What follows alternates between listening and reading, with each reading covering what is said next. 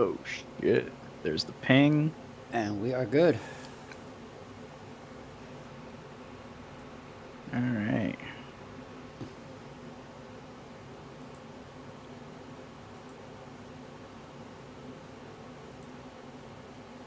I'll write to you then. White, do you hear it on your end? Is there any audio things that we need to adjust or? I'm bringing up the stream right now. Give me 1 second. Yeah. Well, I'll wait for that to wait for you to get a good handle on the audio, and if we need to make adjustments before we get into it, that'd be good. Oh.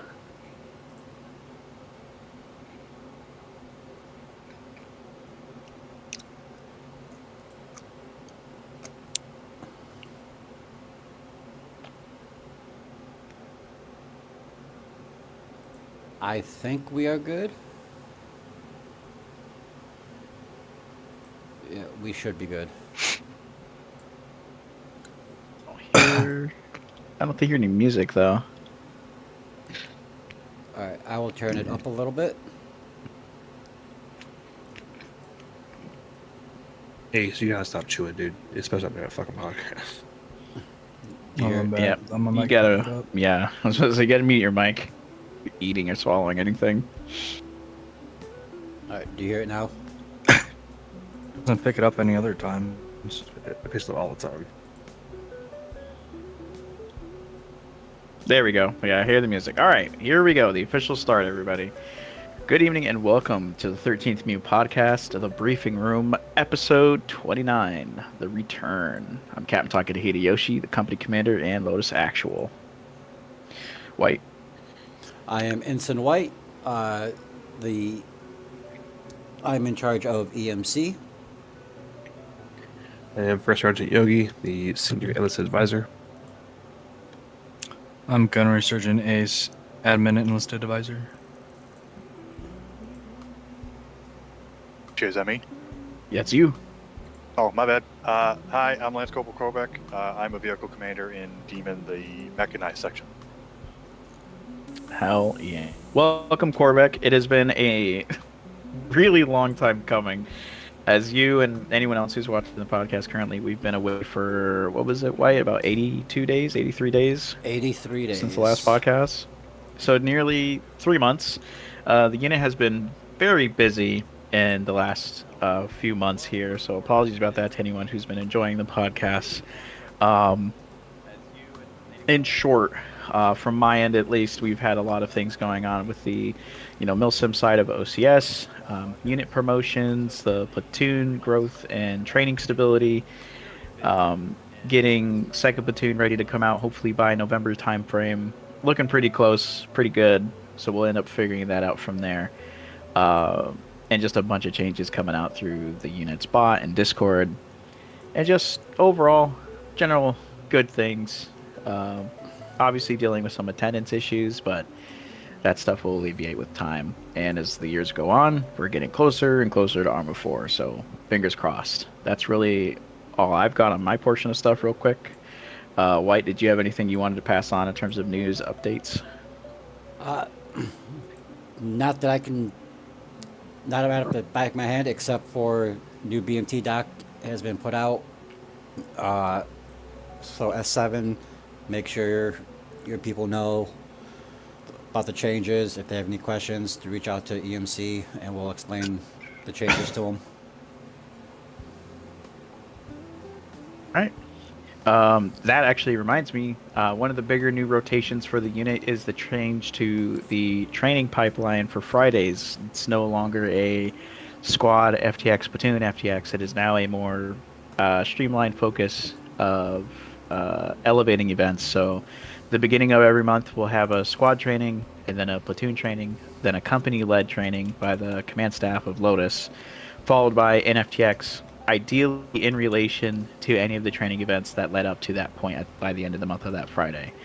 So yeah, that's probably one of the bigger updates coming out from that. But going on from other updates, Yogi, do you have anything to pass along for song?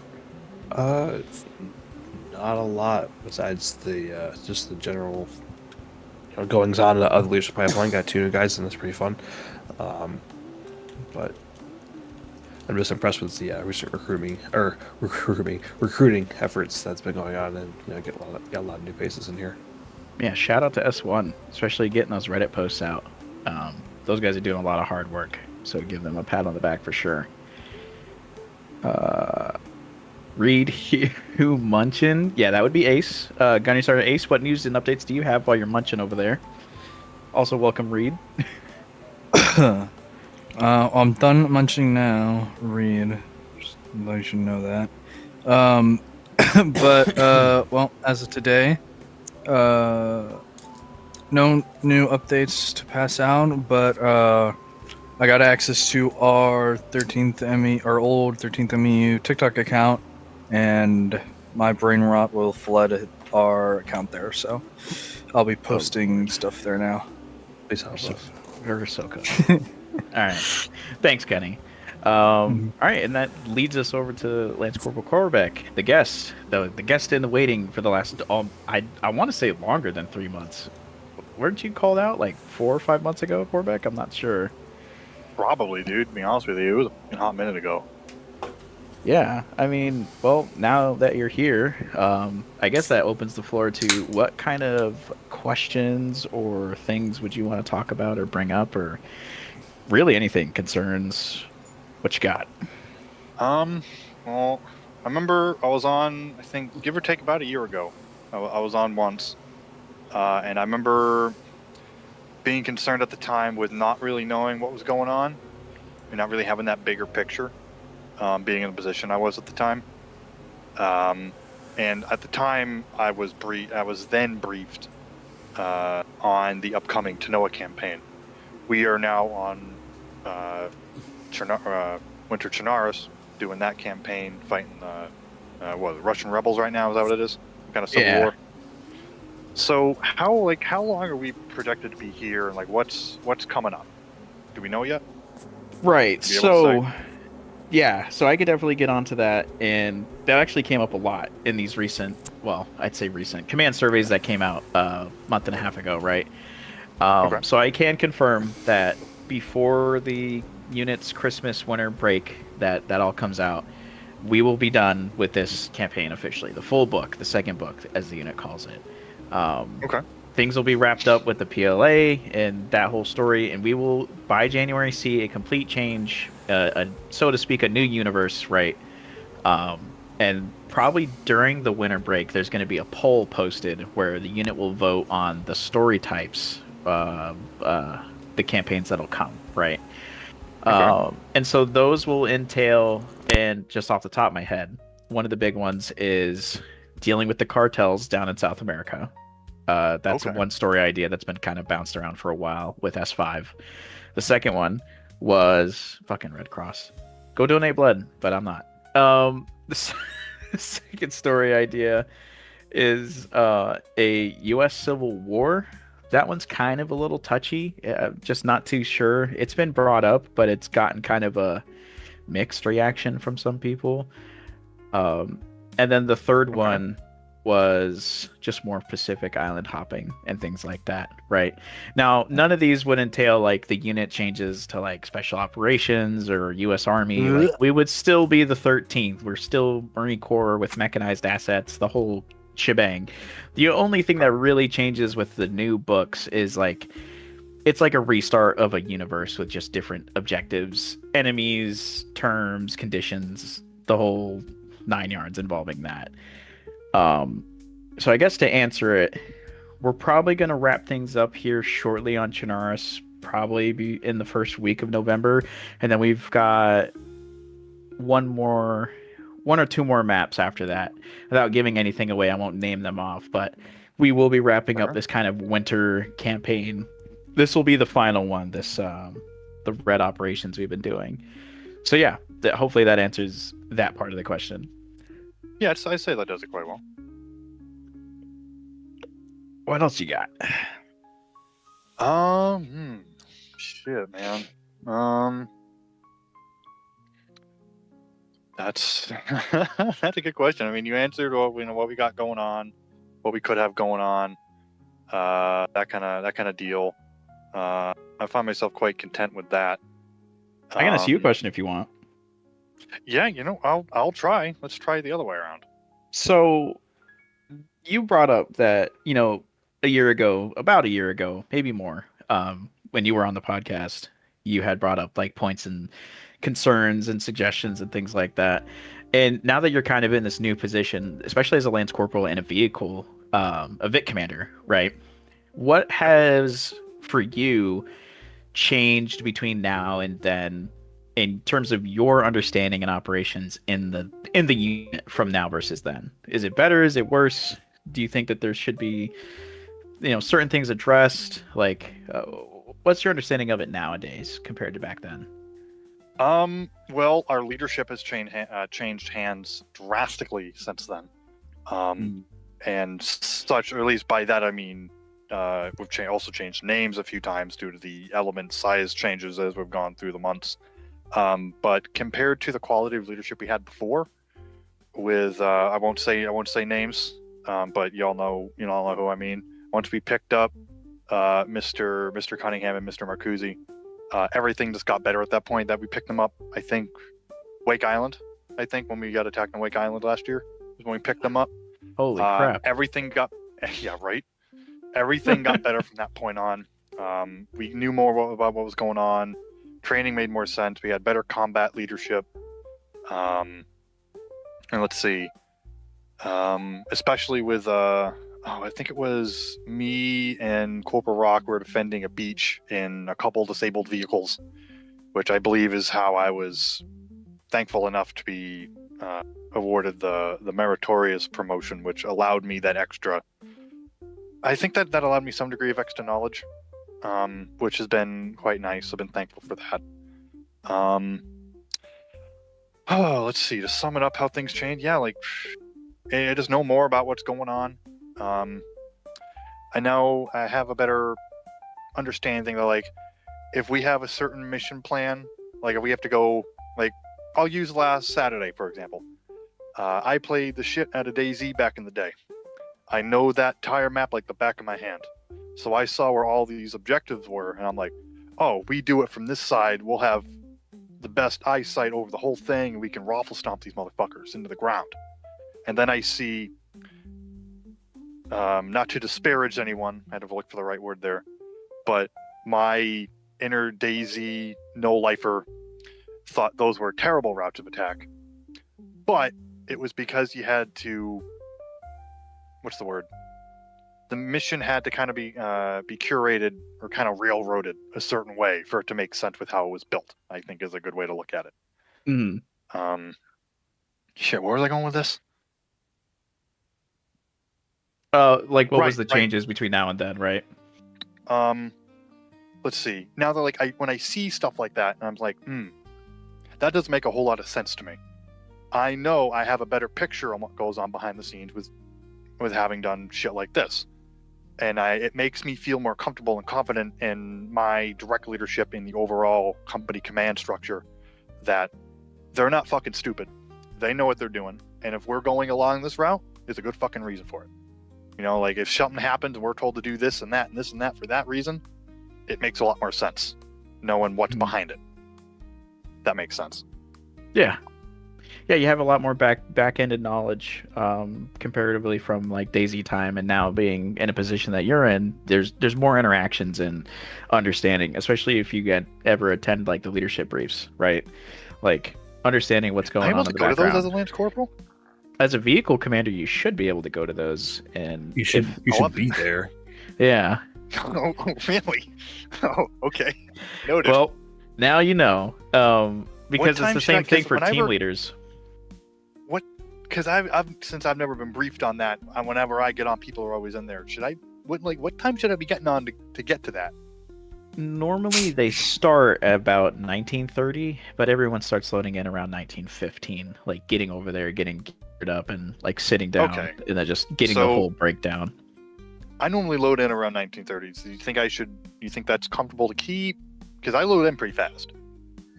I mean, if you can make it, by all means, right? Like it gives you definitely that other layer of like information. I'm sorry that you just haven't been there, but that's kind of Yeah, been, that's I kind of guess, happened pretty haphazardly. one of those communication things. Because like the team, like PFCs and Lance Corporals who've ever been like fire team leaders, like they go to those because they're part of that main core leadership element, right? So I guess for me, the Oh, that's same process would hilarious. be a vehicle commander, would also be there and be like, yeah, I have questions about this, because those leadership breakdowns, they're not like, those aren't really like story things, right? Where like when you go to the unit assembly area, like the briefing area, like where you get the story and what's going on and this, that, and the other, it's just like, this is the mission, objectives, and the limitations. That's what those are Hmm. fully dedicated for. Um, Okay. Story stuff is cool, but as the leadership side, it's like, we need to plan for this, that, and the other, and who's doing what, who's covering this, why are we doing this, and that's kind of the area where it kind of all comes out, especially from whoever the ground commander is, right? Mhm. But yeah, didn't mean the railroad or take over that, but yeah, definitely come to those now, especially as a vehicle commander, 100%. Got it. I will try and reprogram my brain to remember that. Oh, good. Oh, good shit, Ace. Real quick, welcome to First Lieutenant Soccer. How you doing? Want to give your Doing intro good. there, brother? Oh shit, How Soccer's are here. What's y'all? up? Doing pretty good. How are y'all doing tonight? Fucking chilling, dude. Just trying to figure out why this Toby eye tracker software is being a bitch. I think I've ever used the eye tracker. It was pretty cool though. Yeah, Oh, it's keeps telling me to connect device, and I'm trying to figure out how to do that because it's plugged in. I'll figure it out. Gotta let them know. Dude, the Red Cross will not stop calling me. Holy crap! It is 8 o'clock at night. Holy shit. Soccer, do you have any news updates for the general public since it's been 3 months since the last one? What you got? If you got anything, even little Yeah, secret S3 stuff. What else? Like shit like that. a lot of a lot of new stuff coming from S3. Some stuff to clean up the arsenal a whole lot. Holiday's back, so he's doing the Lord's work, helping us out in there. And me and Veebs have been working on the updated Dagger Island training map. Just have to finish out some final qual areas with some people, and then you'll have a overhauled training map. It's got a bunch of, I think it's like, I don't want to, 7 or 8 new different like POIs on the map. One of the coolest ones in my opinion is like it's got like a real amphibious assault range.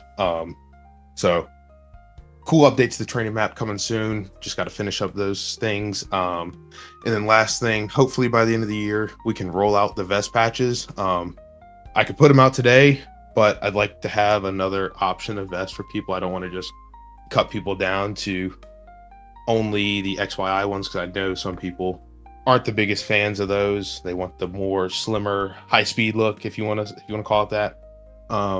So there are some things in the work that'll be coming pretty soon here. Awesome, man. Glad to hear it. Always proud of you guys in S3 doing hard work. Big shout out to Holiday coming back. Yeah, it's good to have fucking S3 team just going all out, churning these things out. And especially shout out to Anderson, always still posting in there whenever he can, even as a retired guy. Still helping the unit, even after being gone for almost a year, right? Fucking, we love to see it. Also, shout out to Dubs in chat, who's currently listening and watching the podcast. Little goobers in the chat. He's going to get double demoted along with a standby JP, so it'll be a good time. Quite sure of that. With that being said, Corbec, while we've talked about some of those other finer points and changes, what would be your personal recommendation to any new demon guys should they join in the future? Well, quite frankly, knock on wood, if things keep looking up for the infantry side, it looks like Erebus will be up and around by November, so in like a week and a half from now, just because of the previous conditions that were placed. Yeah, infantry have done really well. Those Reddit posts have done really well, and again, knock on wood, right? But it looks like Erebus might be up and around by next month, and if that's the case, should you guys start growing again alongside infantry, what would be some like genuine advice that you think would be good for like new guys coming into Mechie? Like understanding the dynamic between what you do versus the infantry and things like that in a general sense. Ask questions. Ask. Caught myself there. Ask questions, man. If you're not sure about something, ask. If you have to ask more than once because one, you need to get somebody's attention, or two, you don't understand, say something, man. Ask questions. That's really well. Okay, ask questions. And easier said than done, I know, but going back to what I was saying earlier about knowing and trusting more about what's going on behind the scenes, and there's a good reason for everything happening. Trust the process. The process here actually works. Like, just trust the people behind the scenes know what's going on. Because if you come in thinking that nothing makes sense, why are we doing it? They know what they're doing. And if you're unsure, use your chain of command, man. Use your chain of command, dude. I guarantee somebody, if you're the dude right above you doesn't know what's going on, if you tell them like, hey, I don't know what's going on, like, oh, I don't know what's going on either, they're gonna pass it up and they're gonna figure out what's going on. So yeah, ask questions and trust your people. It's the best. I say the best stuff I could give. Yeah, that's an awesome. I'd say that's awesome advice. With that being said, do you have any other questions for everyone else here? Just in general, anything you could have ever thought of for the second time, right?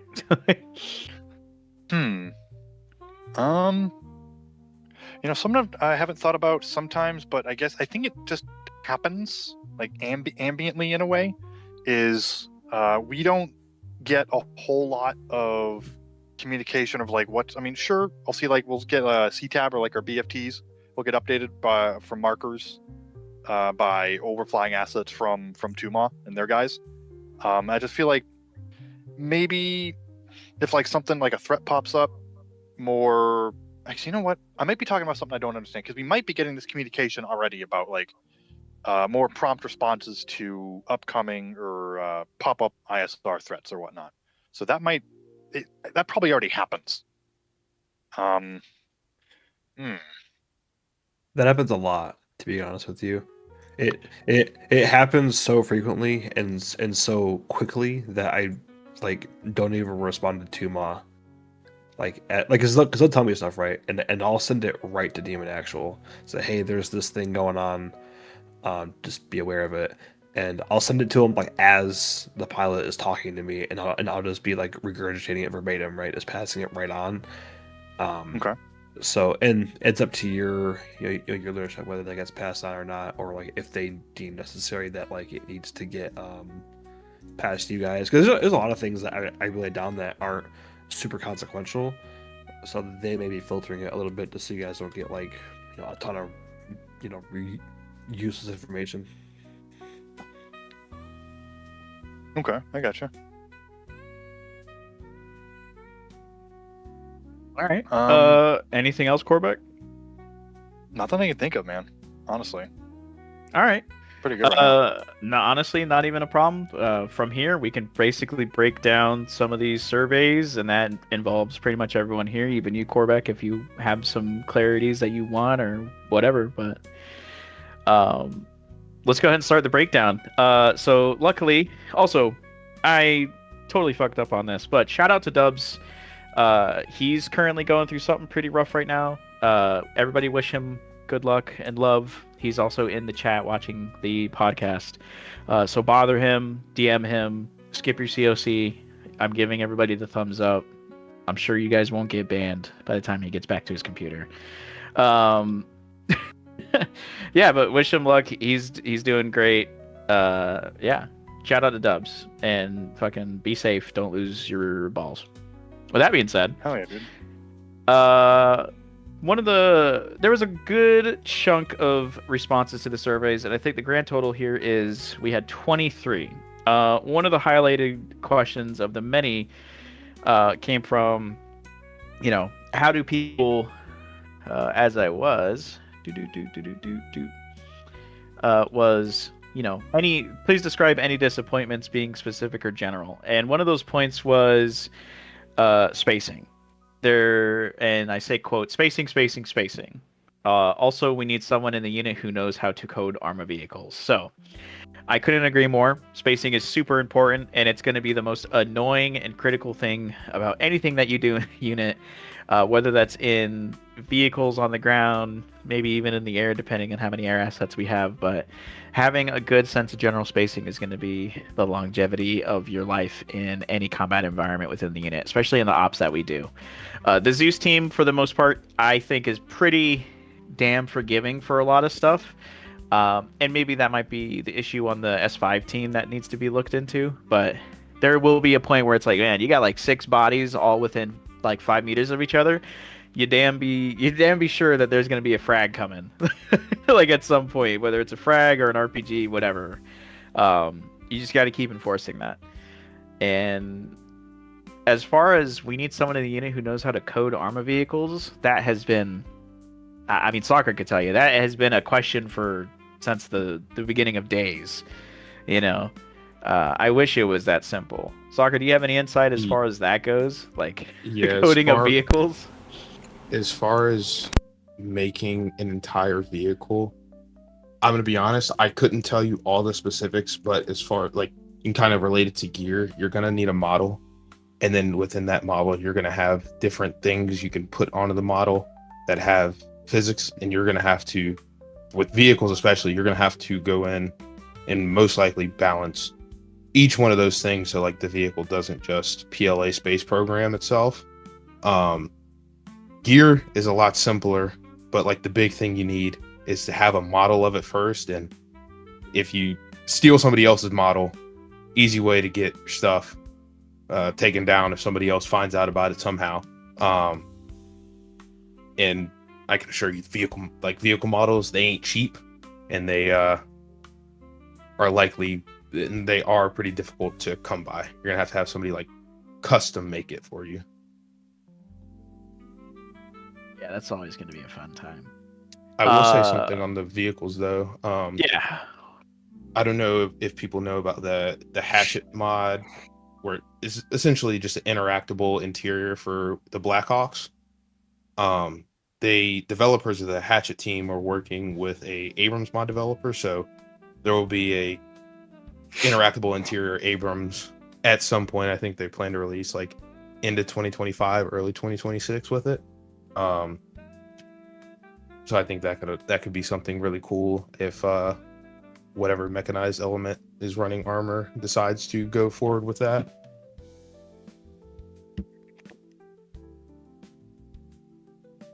Hell yeah. 5 big booms in the chat for Dubs. Just got this announcement. Without revealing super deep info, Dubs has officially been discharged from the hospital, so he is A-OK. Everybody, give him 5 big booms, either in the chat or his DMs. Totally A-OK. Green light from the CEO himself. I'm sure he'll be completely fine. But yeah, good job, Dubs. Your DNA lives on.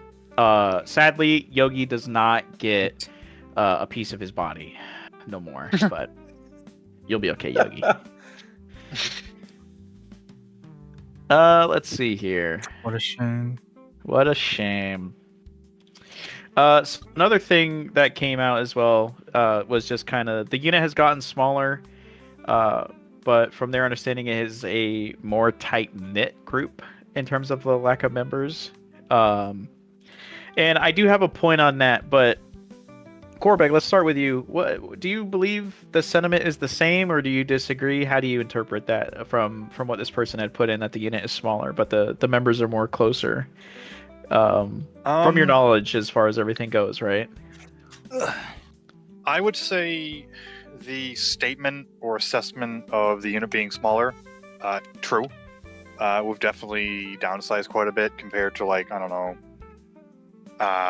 before I left for a time back in early this year or late last year, when we had Erebus element up in strength. Infantry attendance, I think attendance across the board has been lacking, maybe, for quite a while. So I'd say smaller, yes. Tighter, also yes. Even some of the newer guys to Demon Section, we're mean, obviously, I don't know their whole life story. You know, I don't know these people, but they're good guys, and I feel like we're a pretty good crew. Like, again, going back to last Saturday, my driver wasn't here for the night for some reason. I still don't know. But I got Mr. BT, and never worked with the guy before. But me and him ran as a crew for the night, and it went great. So yeah, I'd say we're a pretty tight group. Anybody else in the command team want to talk on that? I will. Ace, Yogi, White. Yeah, go ahead, White. I will say, with me coming back this week, I did notice that there was more people that had attended since the last op I was here. And I also know that this time of year, our attendance is usually lacking, and we lose people about this time of year. But so far, everything looks to be on the up and up for the most part. If that makes sense. We've taken some LOAs with like the school and stuff starting and people going through college and stuff, but it's not too bad because we're getting some good guys in. Ace, Soccer, y'all got anything? Yeah, I definitely think that a lot of the people we have so far, maybe less. But I definitely think the people that do show up consistently and that are here, we're all pretty close, pretty solid, tight knit. The fire teams and whatnot, regardless of rank or whatever. So I think the people who are here, they're consistent. So that's what's good. Builds a camaraderie and cohesion. So I'll talk I'd rather- strictly out. Oh, my bad, dog. No, you're good. I don't know what I was going to say. Sorry. I was going to talk strictly outside of Arma, just because everybody kind of put their inside of Arma perspective. If you've seen the Chow Haws the last couple of weeks, there have been a lot of people in them just hanging out, having fun together, playing a bunch of different games. We're all playing the same game.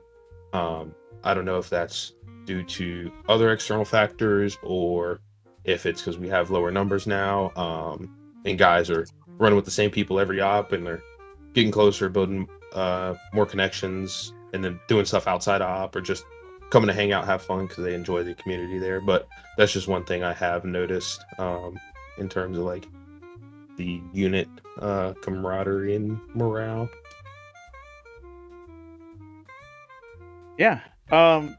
So I have the way that I've always interpreted the way member count and everything goes, and I've been here since the very beginning, so obviously my interpretation is going to be a slightly different understanding. I agree and disagree with the sentiment of the growth, but we're smaller. The unit has gone through, at least yearly, several different circumstantial changes involving membership. When the unit first came into existence, for the first year, from 2022 to 2023, we got up to about 30 people. We took a dip due to some shit that happened, and then it was maybe 15 to 20 guys. And then from 23 to 24, it went from 20 to about 30 people. 24 to 25, it was about 40 to 50 people. As far as this ending year in 2025, this has been the only year where we've actually stagnated between 50 to 60 members on active status. And that's not including retired members, discharged members, people who are on extended LOAs beyond months time frame. If you go to the current attendance sheet, we have 54 accounted for people. It's very interesting because obviously, people who had joined a year ago, they pull from their experiences, whether that was in infantry or Megi or Tuma or EMC, and that kind of changes the dynamic. And especially if you look at things on the administrative side, where you just see, names and ranks, your perception changes alongside of that. My personal opinion is the unit has stayed steady in its member activity, but has definitely grown tighter. So that's kind of where the agree disagree comes from. Hey, Cap, 50 people give is me still a one. lot of people. Cap, sorry, you Oh. are sounding robotic. Apparently. No. Give me 1 second. Let me see if I can make some adjustments to fix that. I think it's your internet, like, because it sounds fine for me.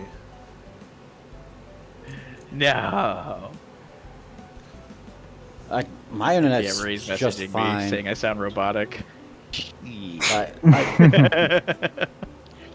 It's like it's sounding fine to me as well.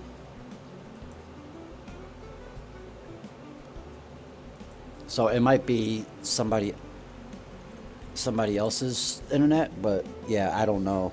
It's everything's That's weird. Everybody watching, how does it sound now? Because I'm listening to the audio as it catches up, but it sounds fine to me. I How have do not I had any problems sound, hearing you, people? personally. Yeah. yeah, it's like I've got excellent connection to my OBS, to YouTube, everything. So Veeb says smelly. Demoted Veebs. Comment Yeah. who sounds bad and who doesn't, my loyal viewers. He Our loyal says, Yo, oh, chat. I'm fine now. Yo, chat. 5 big booms if I smell. I think what it was, That's Cap, it. was you were topping out in the mic volume, so I turned you down a little bit. Oh, okay. That's fair. That might have been the issue. All right. So, I guess to summarize everything, between all the years of activity that I've seen, I think everyone's understanding interpretation comes through the perception of wherever they are. There's times where there seems to be a lot of people, but all of those people are like all in infantry, but all the other elements are smaller. And then there's other times where Mechi's like super big in comparison to their support role compared to all the other elements. So it's, again, rinse and repeat, right? Strictly going off of the numbers and activity, the unit has been pretty much steady between 50 to 60 people for the last full year.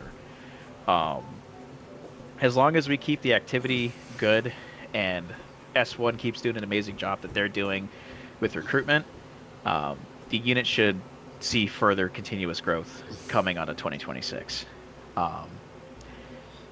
With that makes an exciting time for us in terms of literally 2027 was the hidden release year of Arma 4.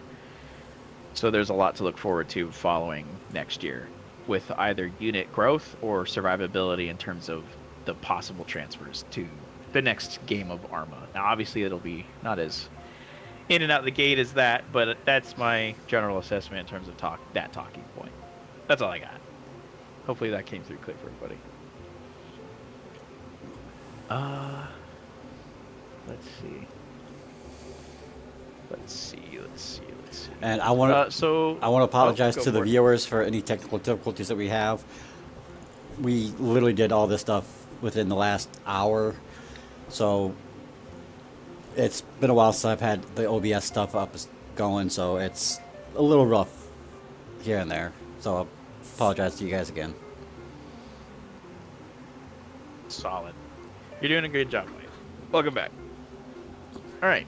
So 2 other points that were made from the survey was this person had said, some sort of testbed system during ops for weapons and vehicles, so we know not just stats, but how they will fit in and operate in game. And along with that, S4 needs a process for weapons being added still, instead of just S4 running down everyone who wants this specific thing. I mean, there is a process for both of those things, and they are both covered by S4 and their respective elements. That really fundamentally comes down to just following the appropriate procedures of, if there is a weapon or something that you think is applicable to the unit, you apply for it through S4 by contacting a member of S4 and then filling out the said document that they provide you in terms of a requisition for that.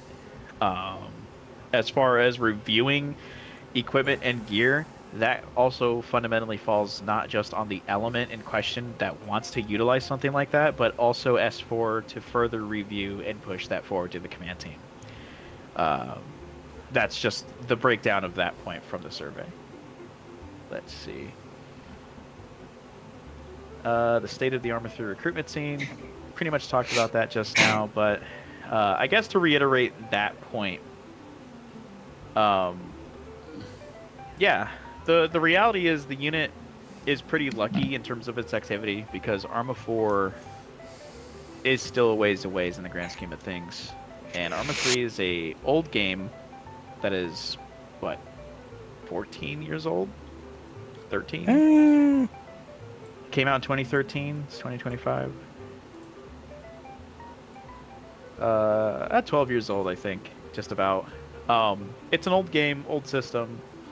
There's still plenty of activity on it, and we're just kind of dealing with the death throes of like this community. And by no means is the Arma community dead, but it's just like we're gonna be struggling for members at least until the end, or until like a trailer for Arma 4 comes out and people start getting into Arma 3 again, and hopefully getting like amped up and ready and getting with the group so they can transfer over easier. So I understand that point, but I think recently with how the S1 team has been doing, I think it's looking pretty good as far as those things go. At least just on that topic. Do you guys have anything you want to add to that, or think is something to factor in? Not here. Not that I can think of.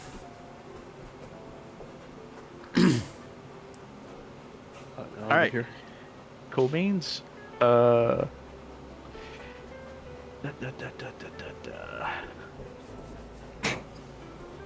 my god. I need to pull this down.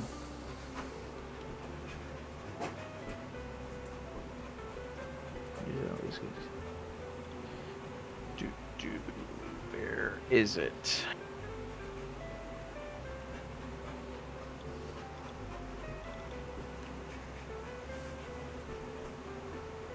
All right, so another question from the surveys. Apologies for I'm used to Dubs covering all these, so I'm just kind of getting used to this while he's away.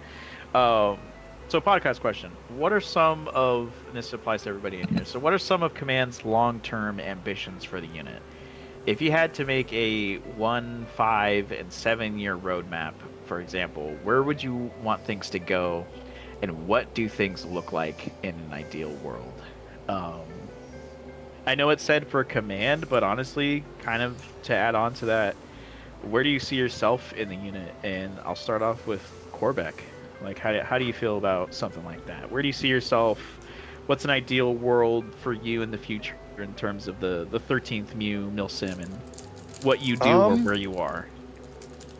Honestly, if I can keep playing with the same people I keep playing with, doing the same thing, like I've been, let me use another, I'll use another group as an example. I play Saturday mornings from like 10 to 2 Eastern with a Vietnam group based in the UK. I've been with them since January of 22. I've been with them for over 3.5 years now. It'll be 4 years next January. I get on every week. I play with the same people. We use the same stuff and the same places. You know, I get to hang out with my friends and do what we like to do every week. So if we keep the recipe going, I guess, for how we've been doing things, I don't plan on going anywhere anytime soon, unless this is ripped out from under me, my life circumstances change, I one day wake up and decide, fuck those guys, you know, like I don't plan on going anywhere for the distant future. As for where I see us going, I definitely see us move if we can keep like the size and the base that we got now, especially with the spirit and the core that we have. If we can keep that going long enough for Arma 4 to get up and going, I think we'll be fine. Honestly, because we've been around for how many years has this group been around for? I've only been around for like 1.5 years. Yeah, this unit specifically, it's been about 3 years, 8 months, almost 4. Okay, so yeah, coming February. I don't see anything happening with us anytime soon. All right, awesome. Yeah. Anything else on that, Corbec, or? No, man, I think I covered it. All right. Gunny, what you got? Oh, I mean, the usual, you know. I want more infantry. I don't really, but it's really my only desire. for the unit so far, just for us to grow, get more infantry guys. Maybe see that heavy weapons squad open up in Airbus. I think that'd be something neat, something different. And by that point, that would mean that we would have a lot of normal infantry guys. So I think just being the idea of being properly, well, we already are properly structured, but properly functioning based off our structure. If what I mean, like we're not having to worry about Like a real not company having size. yeah, like a real company, right? Like we're not having to say, oh yeah, we're running one squad tonight, but we're running at platoon level leadership type Yeah. of thing, you know? To actually be able to have like multiple squads, multiple platoon leads, that's something I like. I don't think I can say that on YouTube. Dripping over. Let me just put it like that. Did you just say you're dripping So- over it? Dripping over it. You You're serious? something Yeah. else. That idea. All right, someone get this guy a cork. Hey, But yeah, that Ace, is like Ace, if you're dripping, you need to go to medical. Yeah, you and Go Dubs keep just need to lab. fucking switch. Stop Like, just- leaking. like, put this cork Unreal. in, Doc. Can't get it out. So just more people, so we can actually like be properly structured. That we're not wondering, oh man, we're not gonna have that many people, or oh, we don't have enough team leads. Like I don't want to have. That's my dream, not to ever have those issues. So Yeah. Nice. Shout out to Veebs. Veebs in chat said he can't be here at the moment, but he said Armor 4, 13th MU, 120 people ops. Couldn't agree more. And of course, Ray. He's moist. 5 FPS servers. 5 FPS servers. Yeah. Yeah. Let's see, Yogi. First Armor, what you got? Okay, because right, because Corbec answered this from like a personal standpoint, and Ace answered this from like a unit standpoint. Was your question like me or the unit? Because I'm lost. Kind of both, and I'll say it here. I reworded it for Corbec specifically, just because like he's not in command. Okay. That's why it was probably worded weird. But specifically, the question was, what are some of command's long-term ambitions for the unit? If you had to make a 1, 5, or 7-year roadmap, where would you want things to go, and what do things look like in an ideal world? The only thing that I would add is you can choose either the unit or yourself. I think that would be what I would say. So which one? Or both. We'll go unit. For myself, I'm really happy with where I'm at. I hope I can get comms to a point where I can have a different head be it. I love that job. I love being the comms. I love being a JTAC. But I would love to see some more leadership in there and just have that element grow. Beyond me, but that'd be awesome. As for a unit, 1 year, filling out Apollo totally, having 3 fully, full competent squad leads, with ASLs, with good team leads. Team leads, they'll come with new members. So just having a full infantry platoon and then having a very strong, second platoon in Erebus or whatever it may be. May or may not be changing names, but having that second platoon be strong with vehicles and like a heavy weapons squad or a machine gun squad, whatever it may be, having all those work together. And then we kind of have this currently, but having the unit be self-sufficient, because Cap, you've been not gone for like 6 to 8 weeks, but you've been like very minimal like input and kind of oversight, and the unit's done just fine. And I think that's just a testament to the command staff, the overall leadership core, and just how resilient the unit is to like major changes. And everyone's kind of picked up the torch, right where needed, and it's been awesome to see. 3-year or 4-year, Arma 4. I want that game to come out. I want it to be good. If any of y'all have been in Chow Hall with me, I rant and rave about games and the poor state that the industry is in right now all the time. I hope it comes out. I hope it's really good. I hope it's really well optimized. I hope it's super easy to mod, and I hope Reforger is doing what it should be doing, which is just being a test bed and like a base for new mods to be, you know, started and grown. So when Arma 4 comes out and it's fully released, those mods can get ported right over and have just minimal updates and be ready to go.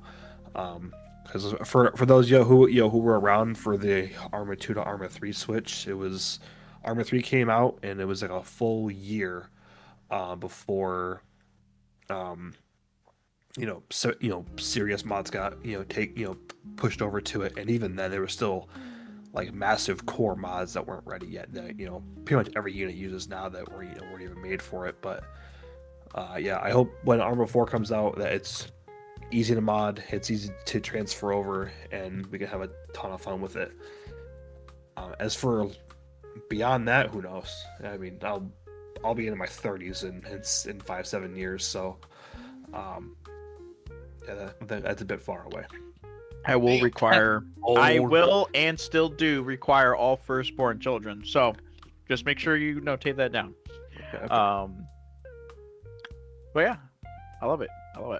Let's see.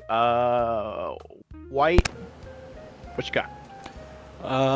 As for unit wise, I would like the corpsmen to have enough people to where, like Ace said, where we're not worried about not having enough people to keep people alive. And I would also like enough corpsmen to do the roaming mass cat squad that I've been wanting to do for this year. I think that's a really good idea. It could help keep the ops going if in mass cat situations. Yeah, that's pretty much about it. Personally, All right. I'd like just be alive. Jesus. I mean, what, your 70s? Bro is so old. He's like, guys, I'm not sure I'm gonna make it. Dude, there are Oh my god. There are- We're gonna have to do like an actual funeral service for this guy. like there are days where Damn it. there are days where I feel like I'm 80 years old. Real. No, Grandpa, they're people now. I mean, Yogi said he'll be in his 30s in 5 years. I'll be in my 40s, almost 50s. Holy shit. And I'll Damn. still be young. It'll catch up, Ace. It'll catch up. Nope. And, It's relative to You me. know who? Being You know young, who's really old? being young is relative to me. Ray is really old. Whenever he says his age, you gotta be like, damn. All right.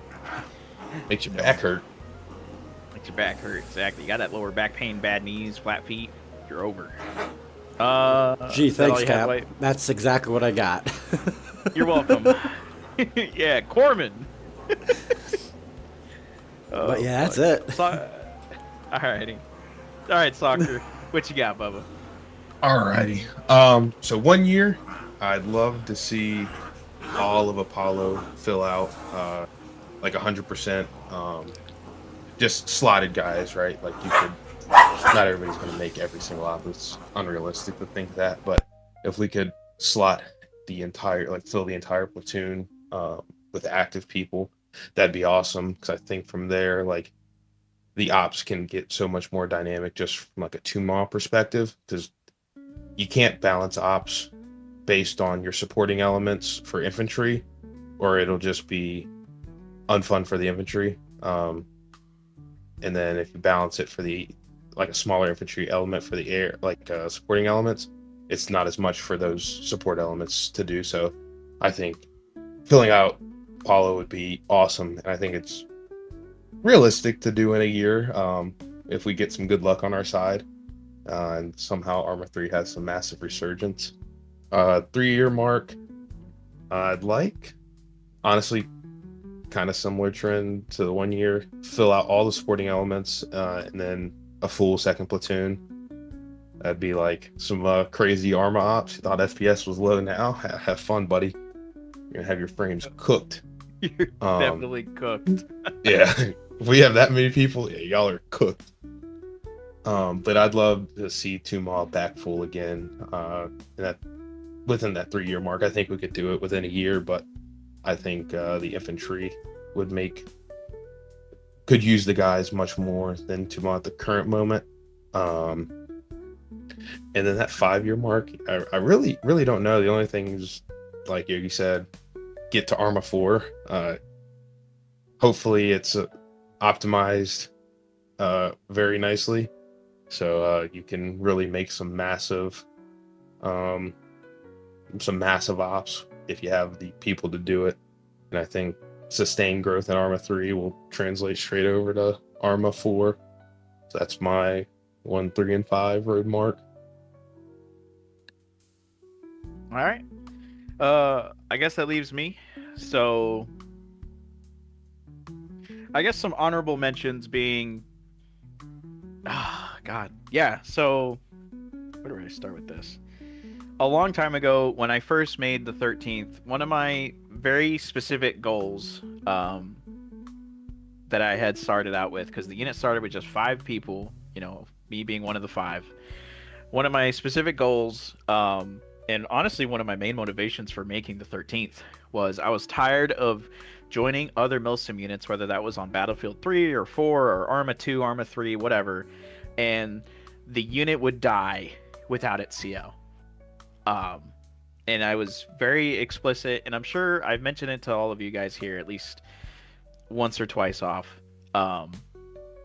I've always wanted to build a unit that was so soundly structured and just a solid core of leaders, both junior, senior, and upper, that the lacking presence of the CO wouldn't just fucking annihilate the unit.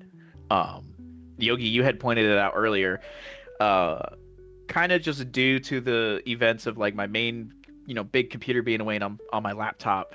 I've been really kind of I've stepped back quite a bit, roughly about 6 weeks, 6 to 8 weeks now, like you had said. And I mean, the unit's going. The staff shops are operating as they need to. The posts are still coming out. The Zeusing is still getting done. Trainings occur.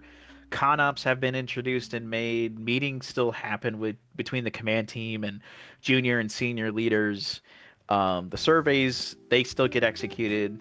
I sign documents here and there, and I'm still relatively active for the most part. But really thinking about the bigger picture of everything, I am now in an accomplished state that, well, frankly, one of my goals has been accomplished, which is I know that if I had just disappeared, the unit would still continue. I'm fairly confident in that regard, and that's thanks to everybody in here, all from Corbec all the way to soccer to Dubs, everyone, right? So that's one thing, I guess, as an honorable mention to that. My second thing being, of course, I've always wanted to fill the Apollo platoon, but one of the finer points for me was finding a competent staff for the infantry. That has been a struggle for years to find a competent PL, PSG. And again, honorable mention to Charlie and Venom. Those guys have done an absolutely fantastic job. They continue to impress me, to push for changes, to push for new ideas and topics. They understand the balance between, the seriousness of Milsim and the smoking and joking of hanging out when, you're just with the boys in Discord. They've got it, right? To push that compliment even further, if I ever had to think about ever having an XO, it's probably one of those two. Just putting that out there, right? Those guys are doing a fantastic job, and having that filled, again, it's another mini goal that I've always strived for. And having finished up this recent long OCS class criteria, they're going to keep doing great. The guys love them. They lead fantastically. Every leader has their ups and downs, but I mean, for the most part, these guys are just doing a fantastic job. Shout out to Striker. Striker's in the chat. He's not dead. Our favorite Canadian, Striker knows. So with my honorable mentions out of the way, my bad. For me, the perfect road plan has always been, in a perfect world, to it kind of mimics Aces, where we fill the company, right? We have a first platoon of infantry, a second dedicated support mechanized platoon, with a tied weapon squad attachment to second platoon. Um, and I'm kind of pushing it even further. The third platoon would be almost like a reservist platoon, depending on activity levels. Um, Obviously, we would also have a very fine and filled out support elements between Tuma and EMC, having them running at full capacity, giving Yogi the headache that he enjoys every op. Right. Damn right. Yeah, I mean that's always been like, if I ever had an end goal, that would be it. I honestly don't see. Maybe it's a good thing. I don't really see or want a future where I ever get the chance to be promoted to like a major or some shit, or a lieutenant colonel, where I'm in charge of 300 other human beings. That's that might be a little too much. And if I ever get there in some sort of time frame, God, I hope I'm in the military already by then, because that's already slow going as it is. But yeah, I guess for me that would be the big one. Cap, All you right. know you want to be a major. No. Definitely not. At the battalion level, I would lose my mind, because I'd have to have. More. Do you understand how many fucking Oh, meetings goodness. that is? Oh God, I can only imagine, especially with all the meetings that we had back in the day. It's already a full-time job. Yeah. It's fucking Yeah. worse.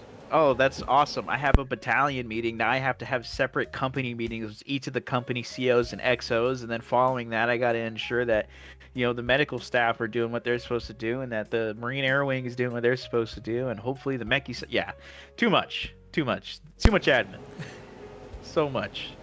Everybody would be getting paid. That's for damn sure. At You're least in right. command. Hey, Fucking, That's a lot of LOAs to file. that's a lot of work. Oh man, Major, you're right, Vesperi. Vesperi is 100% right. We have Major Nubly. Almost forgot about him. I'd have to be Lieutenant Colonel. But so the story goes. All right. Just to do a quick time check, is everybody good? It's 21:05. Does everybody need to go? Do we want to keep going? Do we want to stop? I'd like to wrap up soon. I'd agree.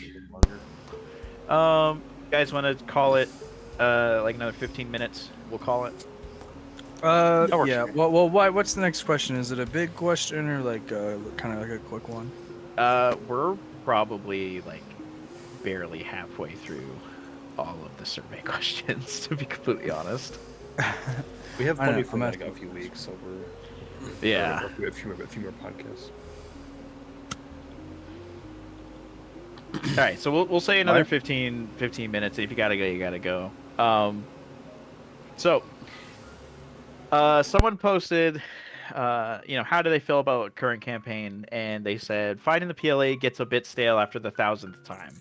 If we do continue with the PLA campaign, I'd like to see some different mission types, or them to be mixed in with the current militants. Would make actual target ID more interesting. More interesting. That's kind of already been implemented recently, just due to the nature change of like the separatists and like equipment being utilized and stuff like that. So hopefully that is a good answer to that person's question to the survey, ideally. The next one is, describing any disappointments, and they said it is a bit annoying that mechanized is limited to the Pander, Shorad, which they put as an abomination, and the Brad. It would be nice to have some more variety, just like Tuma, and let the vehicle commanders choose between a few vehicles unless missions require a specific vehicle like the Pander for waterborne operations. May I actually comment on that? Go for it. Because I remember I was talking with Lieutenant Marcuzzi on our section debrief after last Saturday, and he actually talked about exactly that. Exactly pretty much what that person's talking about. It sounds like he's going to, I think, bring up the system.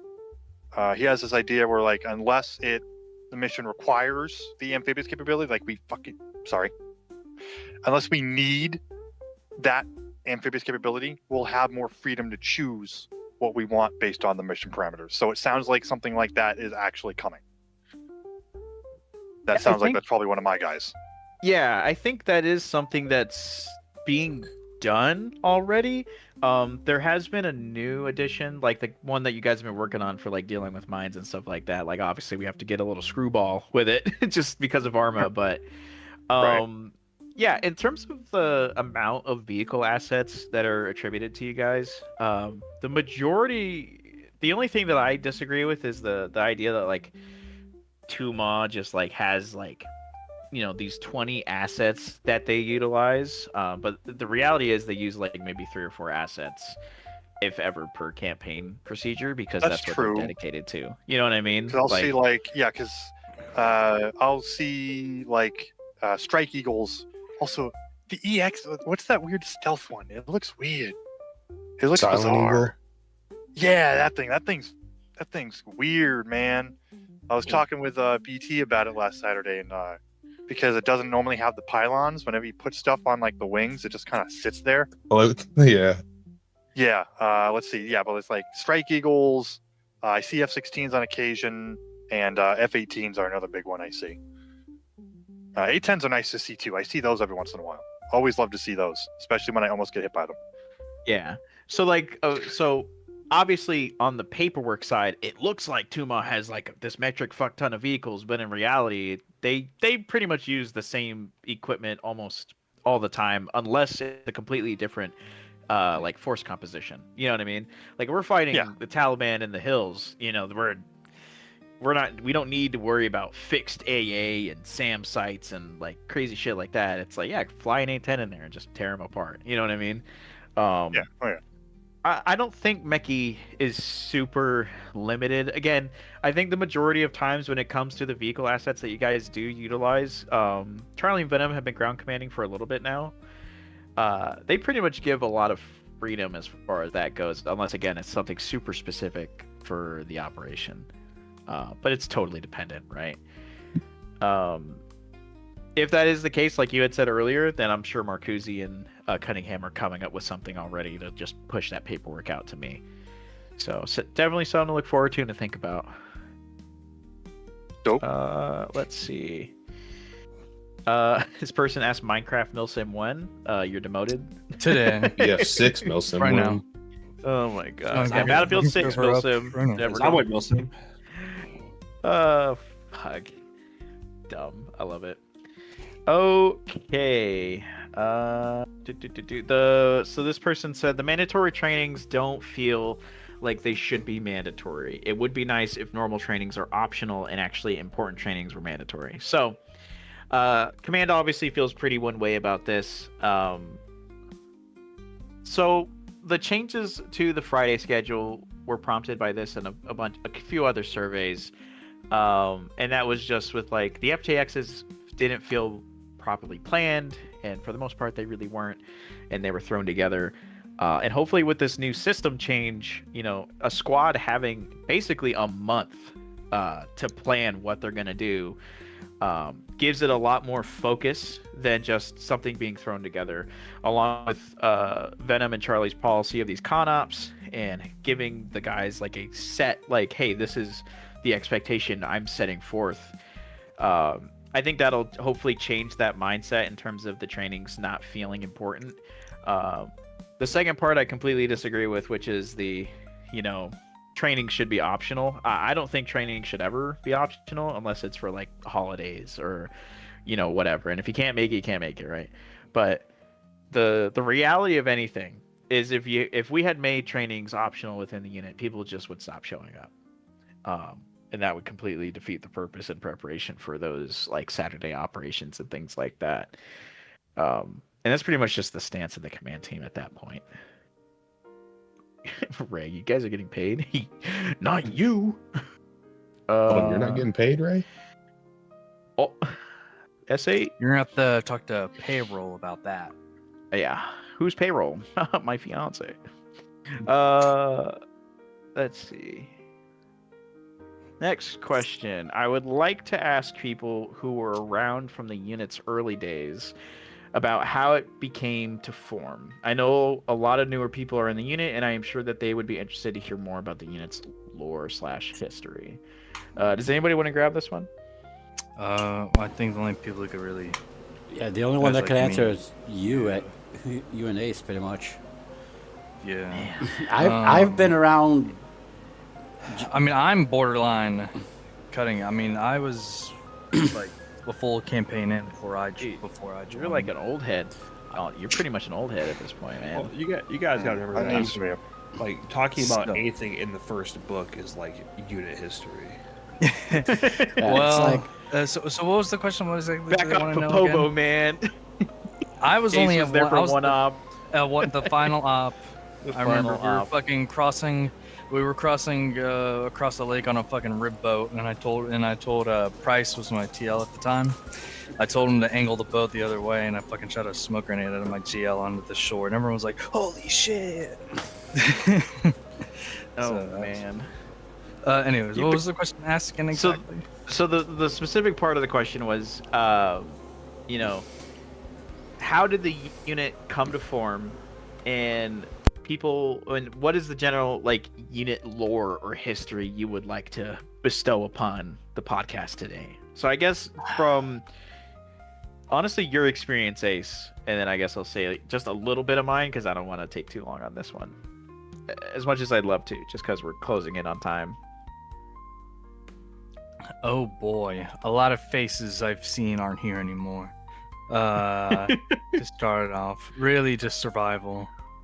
At this point, that's my experience. survival is really. It sounds so desperate, man.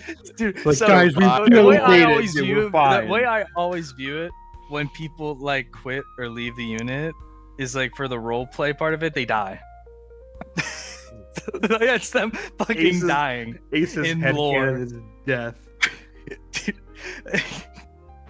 hundreds of people have died in my headcanon. Do you mean like, Um, retired or like left the Discord? Retired or well, actually no, retired. Let's say left the Discord. Left the Discord, got kicked out. So in that case, chaotic is a zombie to you right now. He's a bad guy. He's like There's a few fucking White's immortal in that case, because he's retired and come out of retirement multiple times. So by my definition, he fucking. So what does it mean if like if someone leaves the Discord, they die, but if they get shot in real life, what does it mean for you in that scale? Yeah, it's fuck different that. universe. Nope. Nope. That's where the multiverse comes in, and that gets complicated. Let's not talk about that. Bring it back to the fucking question, monkeys. Fourth dimension. So I guess my experience. Oh god. Fucking Ray. I don't even know where to start, man. Oh, okay. So I guess I'd say it's odd. When I first joined, the first campaign I was a part of was the unit's first snow campaign, and now we're back in the snow. So not full circle, but it's like reminding me of the first like major part of my time in the unit. Yeah, it was Winter Namp. Winter Namp. Yeah. Yep. Oh my god, Winter Nap. So Fucking and nightmares. looking back on that, yeah, the nightmares. Dude, it was I mean, you say that our first fucking op, we saw to the island and we pushed to like a good bit in, and then walking artillery like pushed us back. So that was fun to run. Remember away when the from. Warhorse crashed with the entire unit in the back of Yo, it? yeah, That was my yeah, that I remember that. that was my first op. That was my first op. Oh my god. Dude, it was literally That just a also- Vietnam that also moment of happened welcome on to the the war, side. son. Just crash landing on a fucking airstrip. It wasn't in the airstrip. It was in a fucking in the woods. It Yeah. was- Yeah, fuck that off that was forest. that was my first op, and that was when I got my Purple Heart. Because So- Ace was my squad lead. Him and I we got lost together, and we both died. I couldn't have been your squad lead. Or a team lead or something. I had to have been your team. Yeah. Because I didn't squad lead until we got into Yeah. spring NAMP. That's when the incident ship's happened. guns were bombing the north side of the airfield that we were defending, just as a giant fucking line against the Russians or Livonians. Yeah. It was the LDF, wasn't it? No, I think it was Livonians and if it was the Livonians, I would have left because that faction sucks so much ass to fight. Oh, don't worry, they they were the main faction. Weren't they the main ones? And then the not NAMP. It was You would have heard about it if they. It was we fought Russians and Livonians. I think we either fought with Livonians or against them. I don't know. We were fighting with the Germans in that campaign. Yeah. See, I got in mind like a bear. I'm pretty sure Serrano. Oh, it was Popovo. We were fighting the Livonians. Never mind. Might be. Yeah. And Man, Boko so Haram. Winter Nymph. God, what's I definitely say the culture has changed a lot since then. I'd say Oh my god, yeah. back then a lot more toxicity, Cringe. classism, I guess you could even call it. A lot Yeah. of divisions between each squad. The culture was toxic as fuck back in the day. Yeah, like some people who were NJP, I mean, they're kind of annoying, but they didn't really just like back then. NJPs got thrown out like fucking candy if someone didn't like you and they were a leader. That stopped happening about when I joined, I would say, but just from hearing the people who already been in the unit and what they've told me has happened to them, that was kind of like, oh. I mean, they were all dumb things, but if some of the stuff they did back then, if they did it today, it'd be like, hey, dude, what the fuck are you doing? And Ace that'd be, came in. you know. I joined. Ace came in. Guys, I fixed the unit. Guys, I Well, I fixed and can- saved the unit. I can't say I did save it in a way, sort of, kind of. Shut the In a way. fuck up. In a way. That's a whole other story, though. So that thing happened, and then after that, we went through the whole change because we didn't have mechanized originally either. Yeah, that's another thing. That's another change. We didn't have mechanized in the beginning. That wasn't until When I joined, later. we did. Yeah, it But- wasn't but- until like around when you but joined. I joined like at the center point of NAMP. I'm pretty sure. Yeah, it was like midway through NAMP or the first couple weeks into spring NAMP. Into spring NAMP. Yeah, because you joined a couple Spring, weeks after so- I did. Yeah, so going through the whole process of getting mechanized started up first. I remember it was just each squad, infantry squad, had a vehicle attached to it. And then they became their own squad, kind of like they are right now. But the whole division of comms and who gave what orders and who was attached to who was just a nightmare. I remember one op, I was squad leading it. I had 3 fire teams underneath me, 3 Bradleys underneath me, and then like towards the end of the op, 2 MOG got grounded, and I had 4 pilots come be a fire team. That was not a fun night. And then after that, we changed a lot of stuff. And mind you, there was a PL at that time. There was. Very bad one. Yeah, very bad one. he who must not be named. Let's get it out of here. He was named earlier. Yeah, let so me- that got changed. Let me pause you real quick. Corbec, do you have to leave? Have to? No, I'm just I'm kind of been really distracted because I'm trying to set up this Toby thing and it's really nitpicky. So I'm kind of like on another planet right now. If that makes sense. No, I totally get it. Hey, so I'll say this: if you want to, if you want to stay, absolutely stay and just hang out in here while we finish this out. But if you want to go, you got to go. 100%, I understand. I want to try to at least churn out some more of these survey questions, just because I want to make sure these are all answered for the people with all these like questions, right? Alright. What do you want to do? I'll hang out. I'm good. Okay, cool. I just wanted to check on that. All right, go ahead, Ace. Keep going. So we got through NAMP, I whispered in a certain PL's ear to press a nuclear launch button because orders are orders. Oh my God. Yeah, I whispered He in literally- the button. the one day, Price the one- Price had the good angel and the bad angel on his shoulder that day. Ace, I mean, it's literally on a fucking movie. Ace, Price is standing there staring at the button. Ace is to his right. Do it. I'm tired of this island. Do it. I'm to the left. Don't do it. Call somebody, literally anybody else. Do not nuke the island. And I'm impressed. I'm on the radio. I was on the radio. Price, don't do it. Don't do it, Price, because I was patching somebody up, and he wanted off Dude. like he always did. Dude, on 60, we had orders to fucking launch the nukes. Orders were orders. Did we seriously? I didn't like I that don't island. remember that. I at all. don't think I ever gave the order to push the button. I remember asking you, like, I'm pretty what sure does it was do? like a secure. It was like I don't know. Let me check. Exit. Let me check. Pushes the button. Fucking. Cap, I have an urgent message for you. We have discovered what the button does.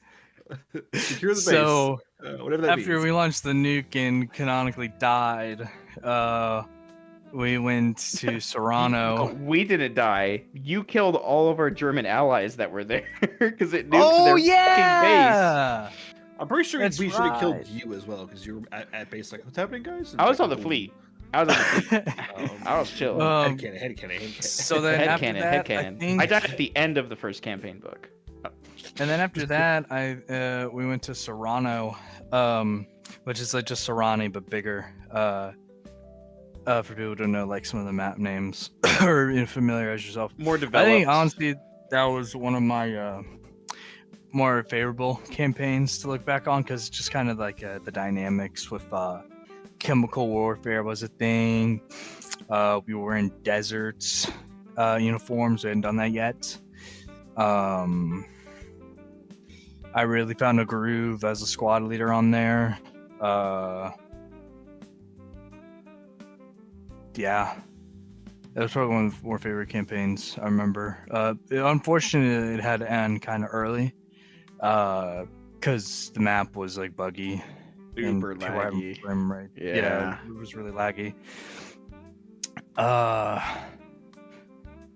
And then Cap Canonic, did you die there? Right? You canonically died, right? Canonically, the book ended with my death. I mean, y'all came in and killed everyone who killed me, but canonically, my character died in the first book. Yep. I remember me, Mattis, and Cannabis all taking trophies from your body. Yeah, you like people were like, "Oh Monsters. shit, he's dead," and they ran your pockets, dude. It was Yeah. most Marine I think I've Fuck. ever seen in my life. Fuck all those people. I mean, I think awful someone had the beans, someone had the revolver, someone Cannabis had the took my glasses. fucking glasses. He Yeah. still has a kit with those glasses, by the way.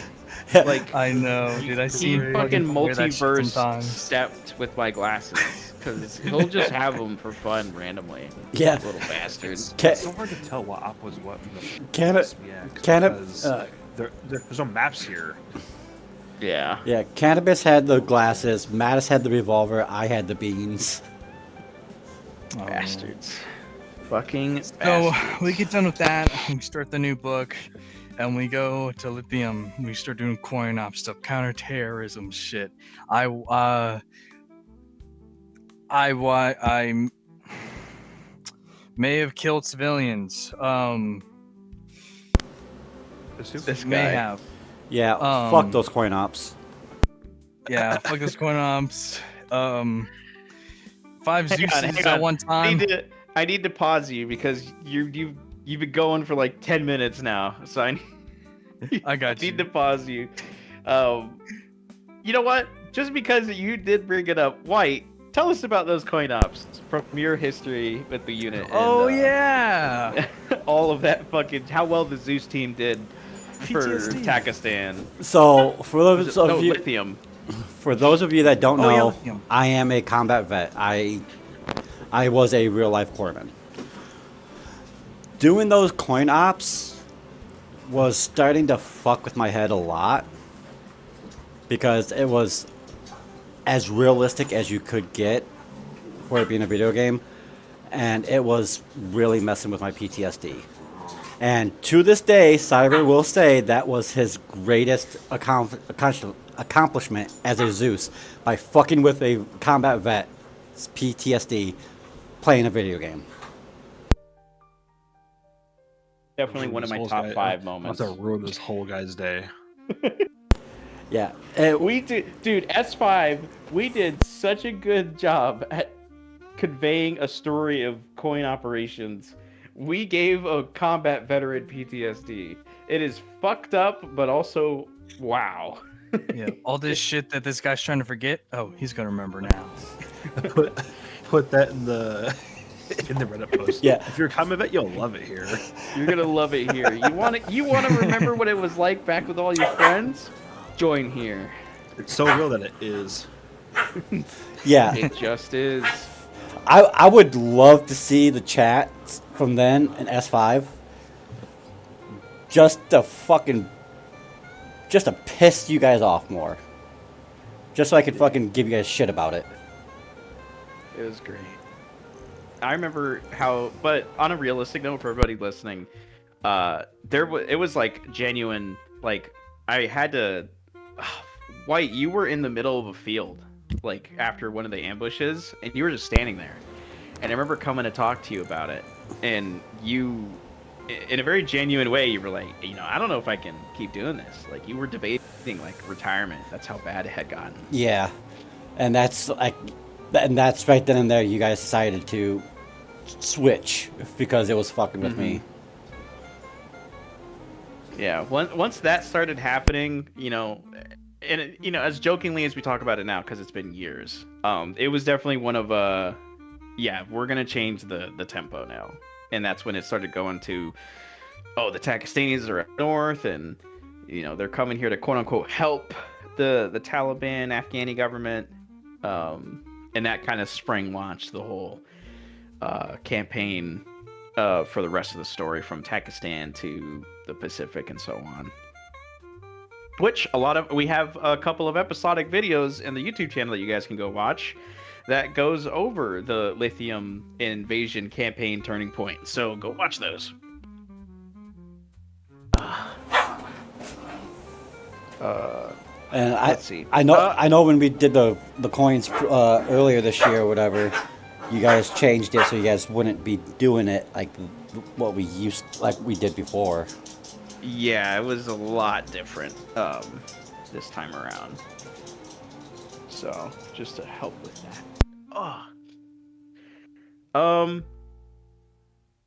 If you're done, White, I mean, I think I can end it off here with my personal favorite moments.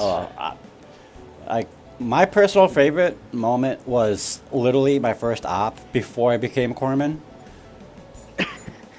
Because at that point, I literally had 20 minutes on Arma. Never played the game before in my life. That first op is what got me hooked. Like, the warhorse going down, fucking running around with Ace yelling at me, like, what the fuck you doing? I'm like, dude, I don't know. I literally joined 2 days ago. I literally did my BCT the day before. Yeah, it was crazy. That got me hooked, and I'll be here in January. Will be 3 years. Kind of reminds me of my first operation as well, because I had literally just built a new gaming chair like that night, and was like an hour late into the op. This was like probably halfway through Pakistan, and I didn't have a kit since I was so late. I'd done my training and all that crap, but I joined late as shit. And I keep pinging and I keep asking in chat for someone to help me out, because it's pitch black too. I couldn't see shit. I didn't know what to do. And lo and behold, who should show up to give me an M249 kit but the man himself, the old man himself, showed up to give me little old private Corbec kit. I remember that was my first night. You showed up and gave me a fucking machine gun kit and set me on my merry fucking way. Then I got questioned. I got grilled later why I had a machine gun. It was kind of funny. Oh, dude, Like, that's I right, don't because know, man. The it was a captain gave it different to me. policy. there was a different policy in place back then because you couldn't, Oh? you literally couldn't run anything else until you had done SOI. That's Isn't right. it still Oh, maybe that's what it Well, was. that's still a thing. Is it still a thing? It's Yes, It doesn't seem enforced. it is. People go through SOI, but they're still private, so it's hard to tell. Yeah, that's why you don't realize it. That's also fair. But Okay, I've well, gotten. different promotion process, I guess, but fuck. It's being enforced. I'll talk to some of these squad leads, or like every occasionally when I'm helping organize teams, I'll be like, "Do you have SOI?" And they're like, "No," and then everyone understands, like, "Oh yeah, they can only run." Gotcha. whatever Okay. they're doing." Track. Yeah, that's Track. being enforced. Welcome to the club. Here's a fucking machine gun. How did you get that machine? Well, That's also honestly that too. top 10 realistic. Like that's probably your like peer milsim moment. Some higher up gave you something, and then you're getting chewed out for it. And you're like, I don't know how I got this. Well, also too, I don't know, this Mickey fucker named back Yoshi then, showed up and gave me a gun. Mickey back then, they couldn't run like machine guns, like period. Well, this was before think- Meki was even brought back. We couldn't Yeah. even. That was. Oh. I was with Tasty was my fire team leader for like 3 months.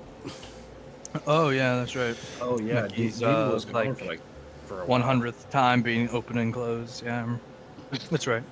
A poor demon. My Oh. my second favorite time was me waking up, finding out that I was taking over Corman. 3 weeks into the being in the unit.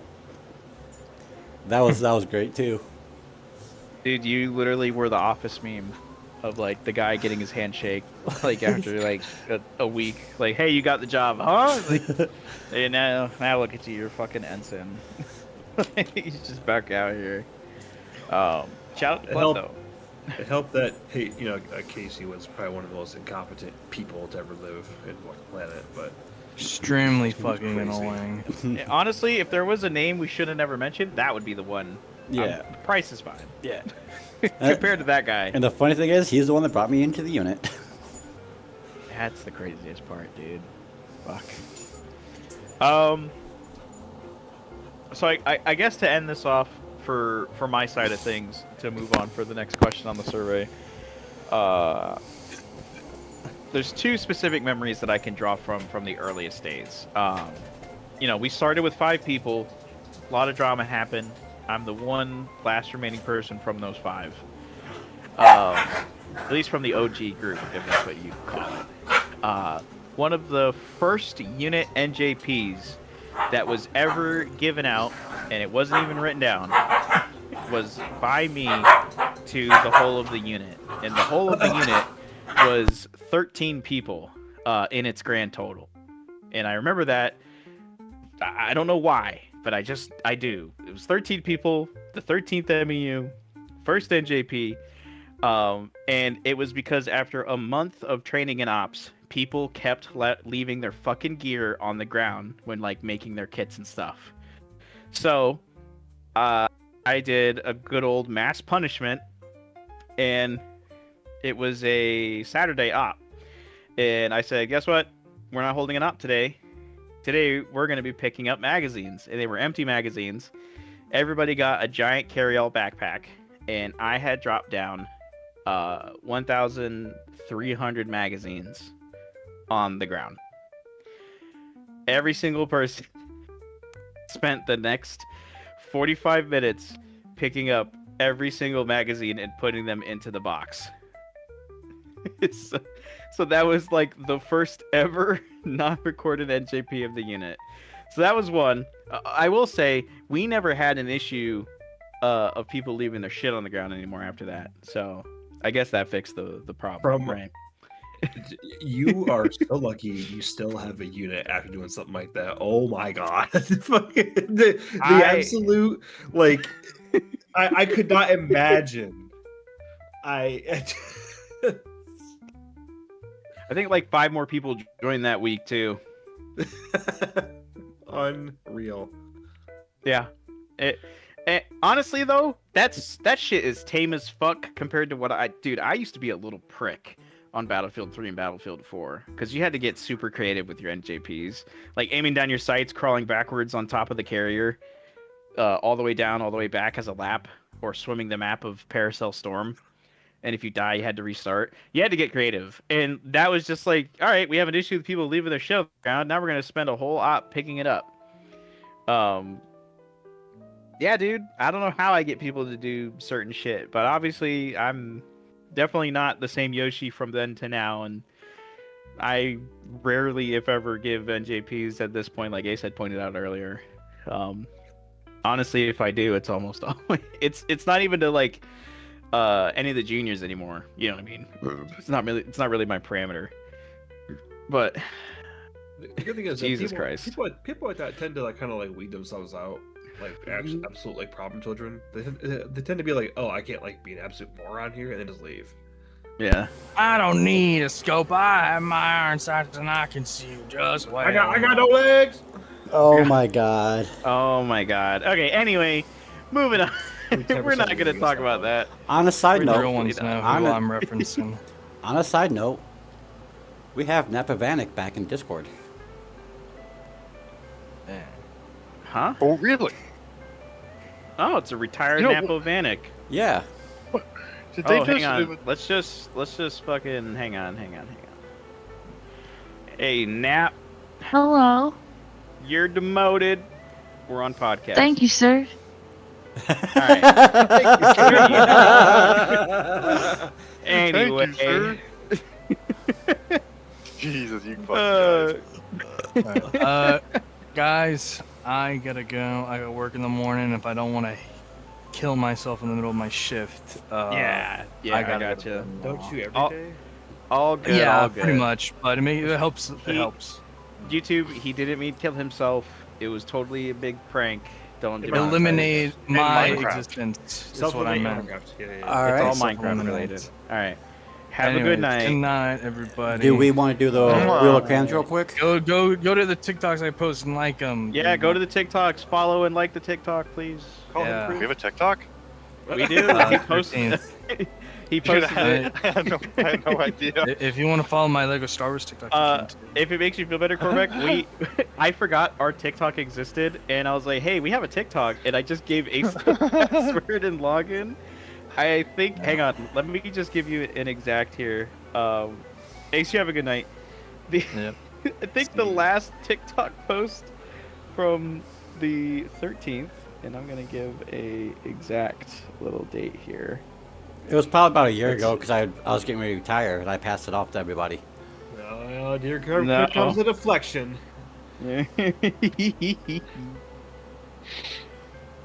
Come on, damn thing. Yeah, the last TikTok was 2024 February 27th. Okay. So Oh, over okay. two and a half years, almost That's 2 years like- ago, I think. What was that, a year and 9 months? Year and 8 months? That's what, lithium? I don't know. But it's old because Crusader's in the video. Oh, wow. Yeah. Oh my god. But yeah. That is nuts. So, moving on to the survey questions. Somebody had asked what is the process of making these storylines? So, the general breakdown for how S5 does their stories is we go through once or twice a month we go to a storyboard meeting. All the main and assistant Zeuses come and we just break down, hey, this is what has happened and this is the end goal of what we want to compel the story of, right? Like we know what the beginning was and we know what the ending is that we want, but we need to make sure that there's still plenty of variables that the player base, their actions affect what occurs. So we literally sit down, we map out the AOs, what objectives are in the AOs, what is the general objective type, and does it match the story as it would progress. The flip side of that is every objective type per op is it has negatives and positives. The given negatives are always going to be if they hit death count, that probably will make it a defensive op or a change in the pace of the story. Some positive events being like you guys took over a comms array, so now that enemy QRFs are now 15 minutes slower. You guys took out anti-air sites, and now Tuma kind of has a higher chance of free reign over the AO besides other air assets. Taking command and control of enemy airfields negates the enemy's air capabilities depending on the scenario of events. There's a lot of stuff that goes into it in terms of like smaller details like that, but for the most part, we get together and we just plan out the flow of unit operations between force recons and or unit ops. As far as the storyboarding goes, those honestly only happen like once per book. So there's only been 2 of those. The third one is going to be coming up once this current campaign ends between us and the PLA. So that'll be its own little shindig. So that answered that one. So somebody had said medevac either in the medical vehicle or even helicopter for things like surgery instead of surgery in the middle of a battlefield. The only thing I have to say about that is the vehicle is something that's currently being tested by EMC. They seem to like and enjoy that, so I think that might continue ever onward. As far as like medevacs with helicopters, it's a really cool idea. The only problem, people and including myself and others, no one wants to be knocked out for 20 minutes. Because you get shot, you get knocked out, you're down for 5 to 10 minutes, maybe you're found, and then they've got to pick you up, carry you to the bird, get you in the air, do medical on you or back at base, and then send you back out. And that's about anywhere from 15 to 30 minutes of downtime, not even in the action. And that's kind of one of just those balance things. As cool as it is, being the guy who's knocked out never really is the cool part of all that. So yeah, that's the answer to that one.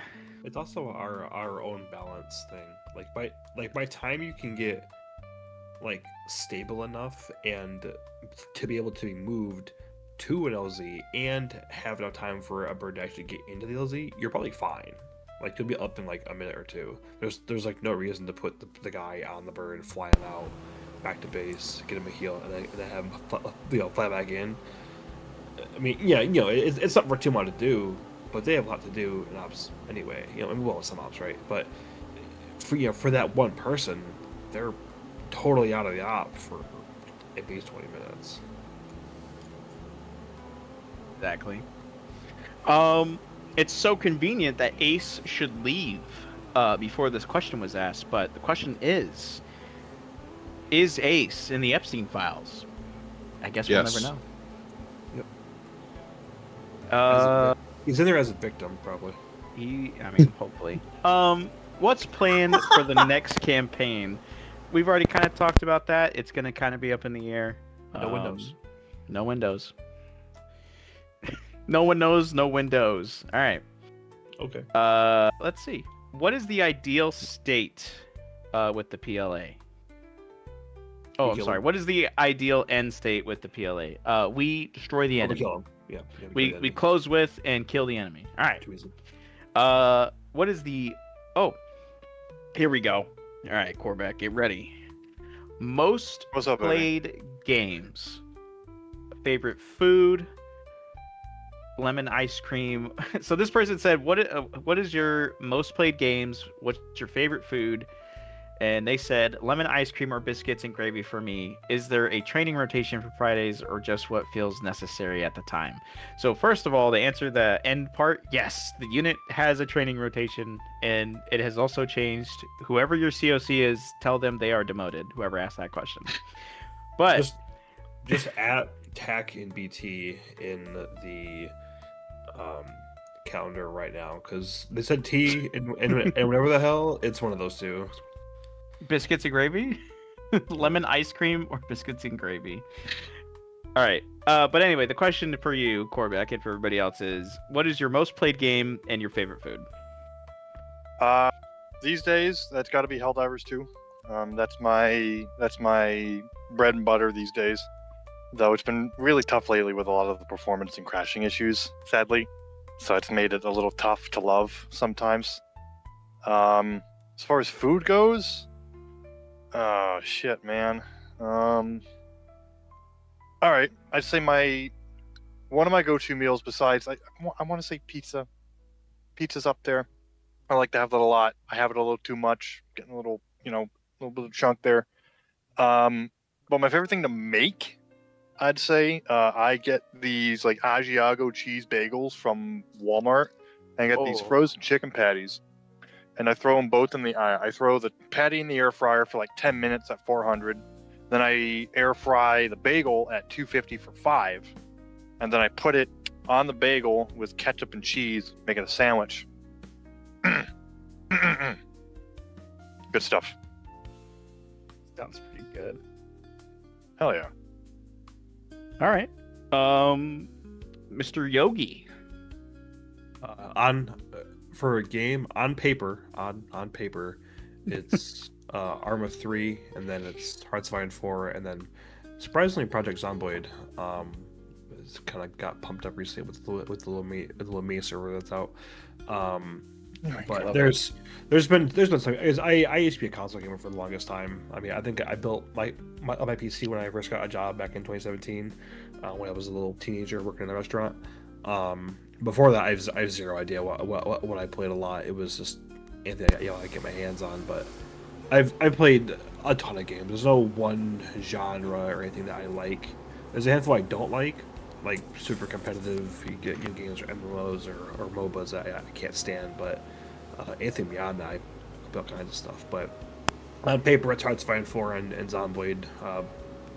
So Hearts of Iron 4 purely because I was that dirty ass kid. History class, pop open the textbook, right to World War I, World War II, looking at tactical battle maps and and how movement, and how the troop movements around, and just watching the lines change over the course of the years. I love that kind of stuff. It was super interesting to me, and it really engaged me with learning history. So I, the second I saw that game, I got it. It looked awesome and just like what I had loved to look at before. So that's great. And then as far as food, can never go wrong with some good Italian food, like spaghetti, lasagna. Can never go wrong with that stuff.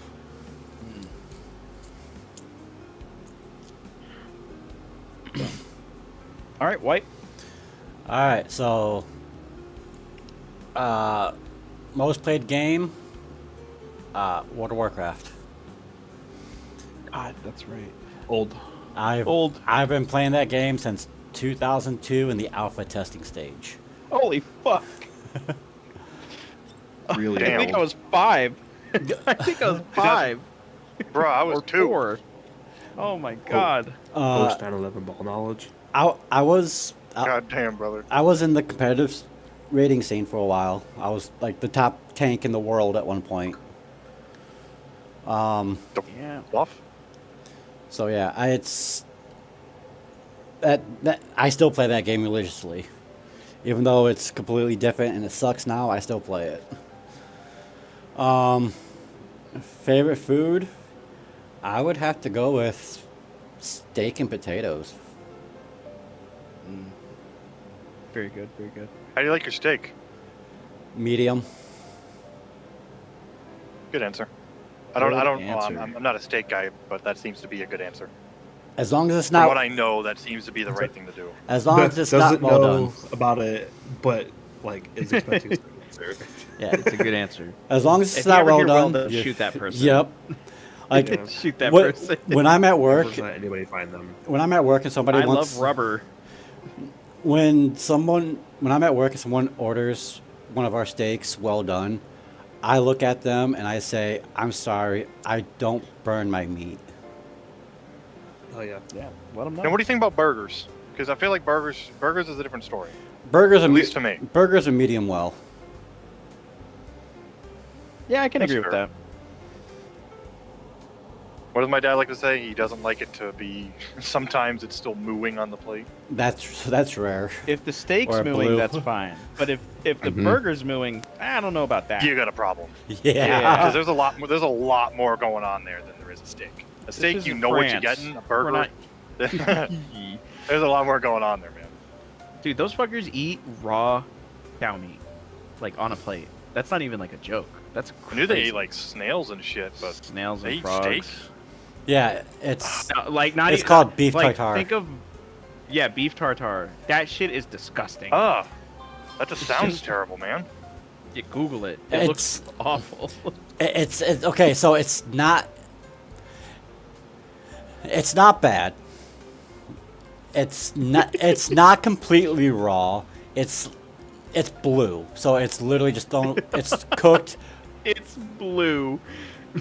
Blue means you like showed it to the grill, but didn't actually put it on. Pretty much. It's on the grill for a very short amount of time. This is my blue meat. You know what that reminds me of? Reminds me of the way I described the sparkling water my mom drinks to her.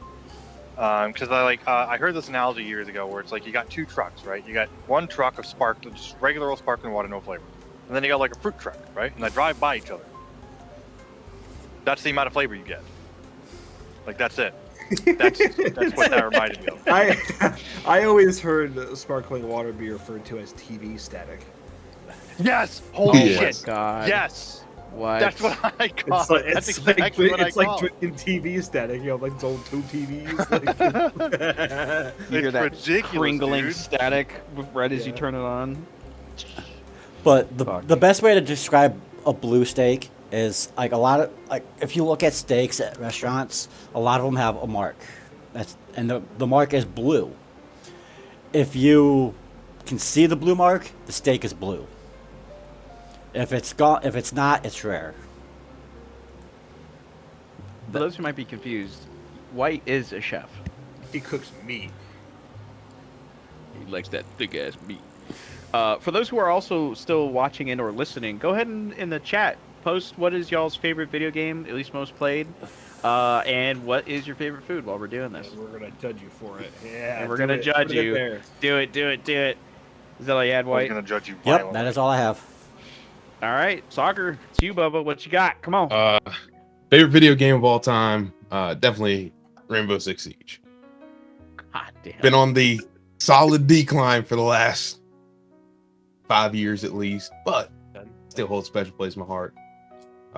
PC though, probably my most played game is Arma, and then recently Path of Exile. It's been out since December, and I've dumped 700 real hours, like not just sitting in the menu, like active playtime hours into that game. Favorite food, either some really good chicken Alfredo or some mac and cheese. I'm glad Reed There is you go. honest with himself in chat. Most played game is CS2. 'cause I'm a CS2. moron. Wow. It's like Favorite That's game wild. changes by day. Arma. Very good. We're proud of you, man. see, Um, soccer changed the question to fit what he wanted to say though. You said most played, not favorite. Oh, I thought it was most played. Or Yeah, both. yeah, Either you said well, one. most favorite, Either one. though. This guy. Well, Either way, my I most was- played and favorite game of all time is Siege. I've put horrendous amount of time into that Dude, game. how do I even see like my most played? Is there a way? Go, Like, yeah. Go to so you can sort in your Steam library. You can sort by most played if you like use like their like tiles or shelf thing they call it, or you can just go to your Steam profile like on the like top right. Go to games on the side, and then it should auto sort by time played or play time. top right, my profile. Yes, you click that. You click view profile. And Yeah. then on the right panel, hit games, Games. and then just make sure it's sort of by playtime. I will tell you Oh this. fuck! All right, so mine. So I guess going off of mine real quick. So it's obviously Arma 3 with 3,521 hours. Fucking Christ. The immediate follow up being like Europa, Universalis 4, Stellaris. So I guess my most played obviously being Arma 3, but I will say, in a cheating way, my favorite games are from Paradox and Slytherin Studios. They make fantastic RTS games. I love it. Total War is up there. God, I need them to make just a better historical game, please, already. Empires 3 or Medieval 3, something. In terms of favorite food, it is a... I hate this. It's a solid tie between sushi and Navajo tacos. I was just gonna say like the two cultures are gonna start fighting right now.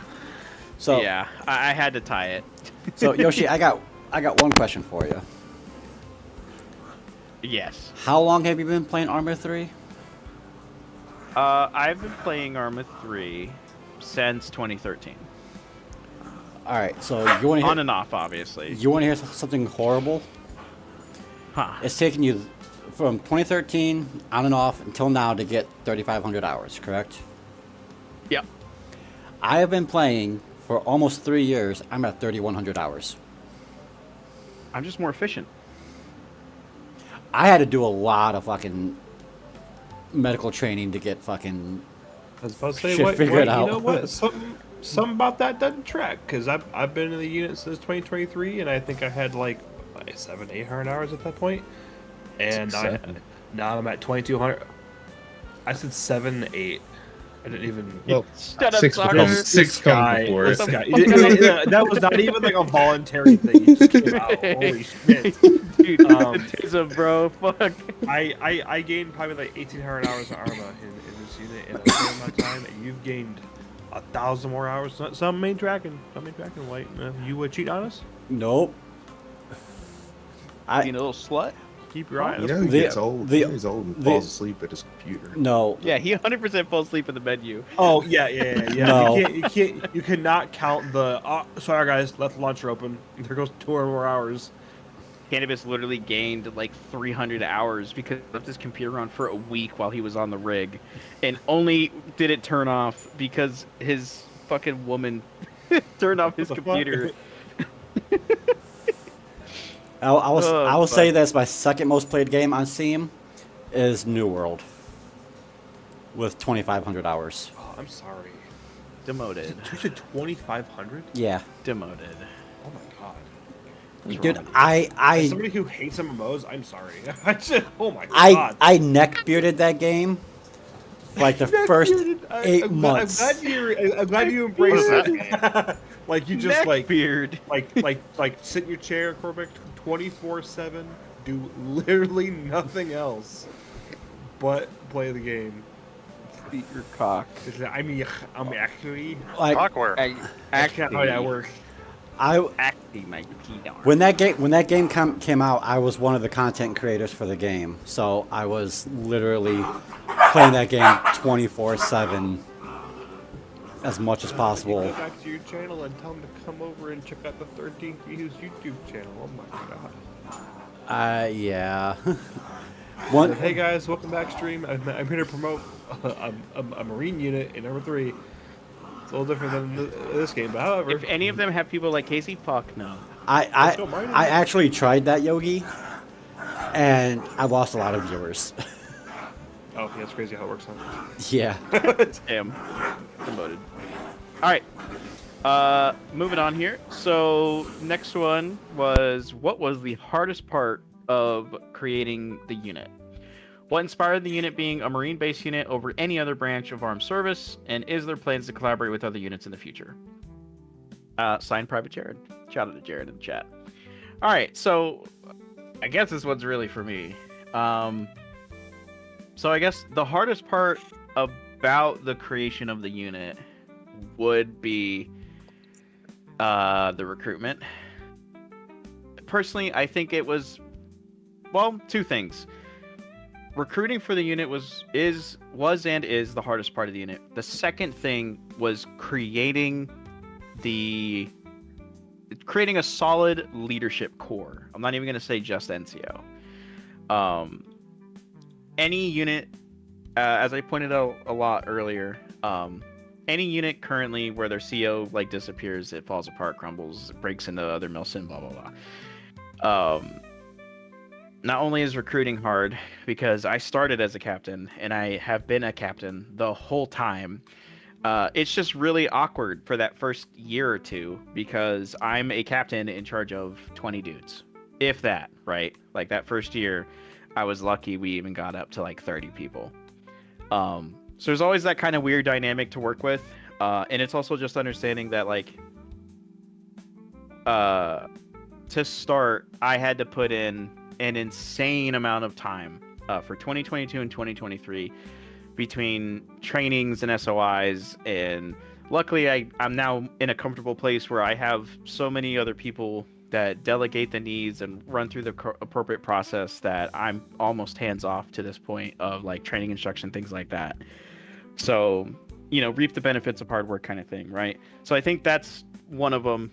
But along with that, it's also being and setting the example of that the leadership that you want and the leadership that you need to develop. That took a really long time. Between developing myself as a person and as a leader, bettering my temper and being more honest and forward about things, but also understanding that not everything needs to be voiced out either. There's a lot of things that is like, it's not really necessary to voice this out to,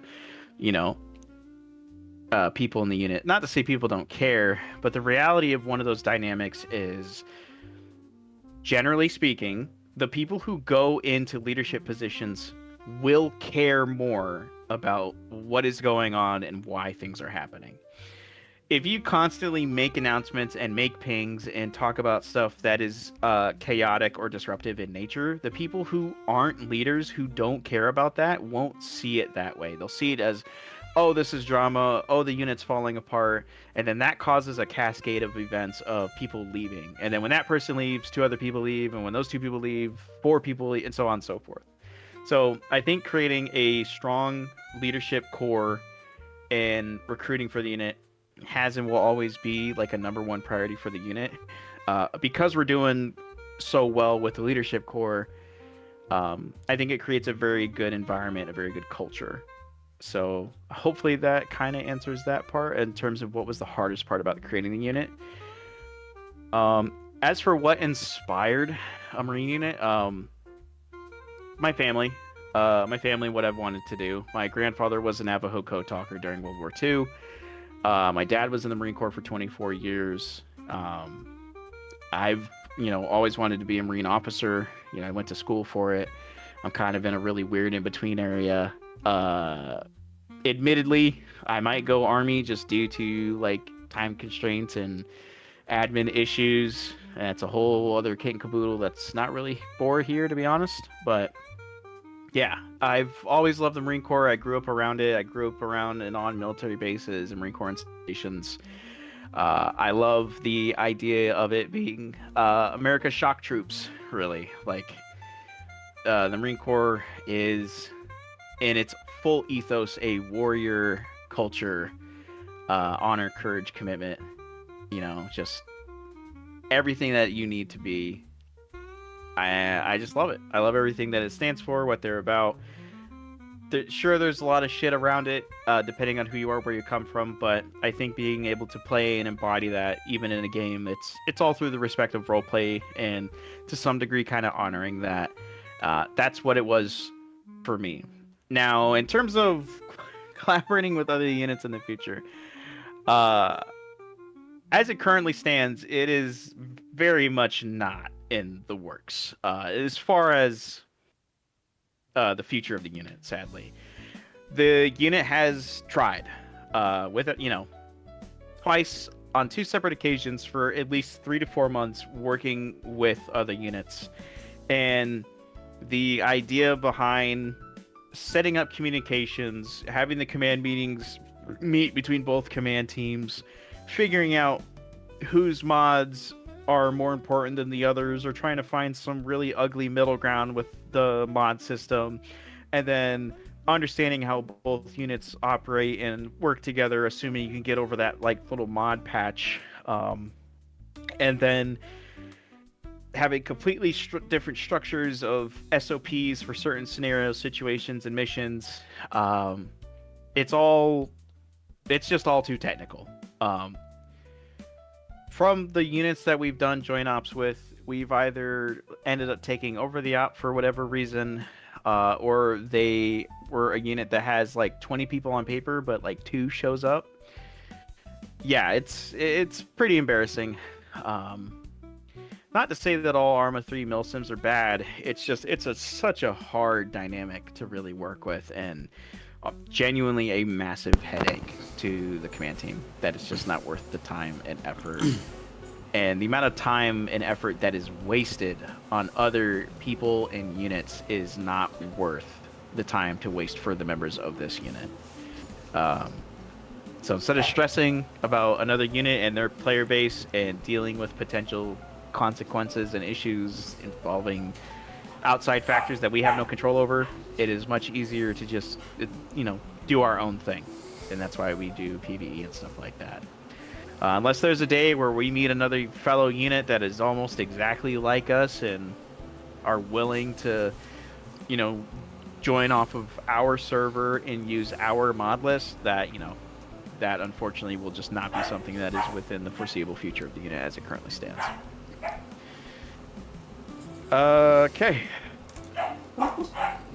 We're almost done, guys. Actually, we've got like 4 questions left. What is your favorite non-gaming hobby? Corbec. Non-gaming hobby? Oh, jeez. I'll be honest with you, man. I ain't really got nothing right now, to be completely honest with you. I do this and I work. I wish I had something else for you, but I ain't really got nothing. Fair I got enough. no physical things outside of gaming right now. Okay. Yogi.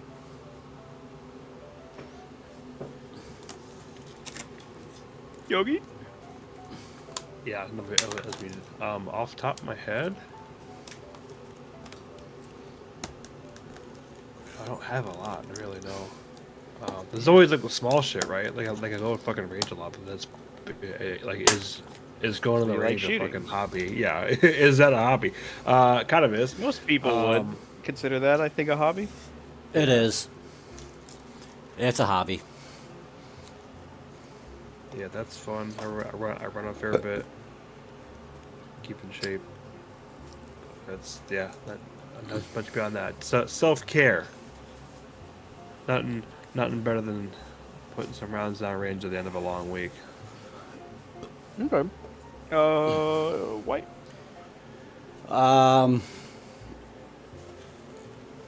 Painting minis for D&D. And sleep. Because I work third shift, so I don't get really sleep. Okay. Okay. For me, probably sports, but I feel like that's more of a. I mean, I love playing sports, but at this level of sports, it's more of a job than a hobby. Yeah, it's a career. It's a damn near career. Yeah.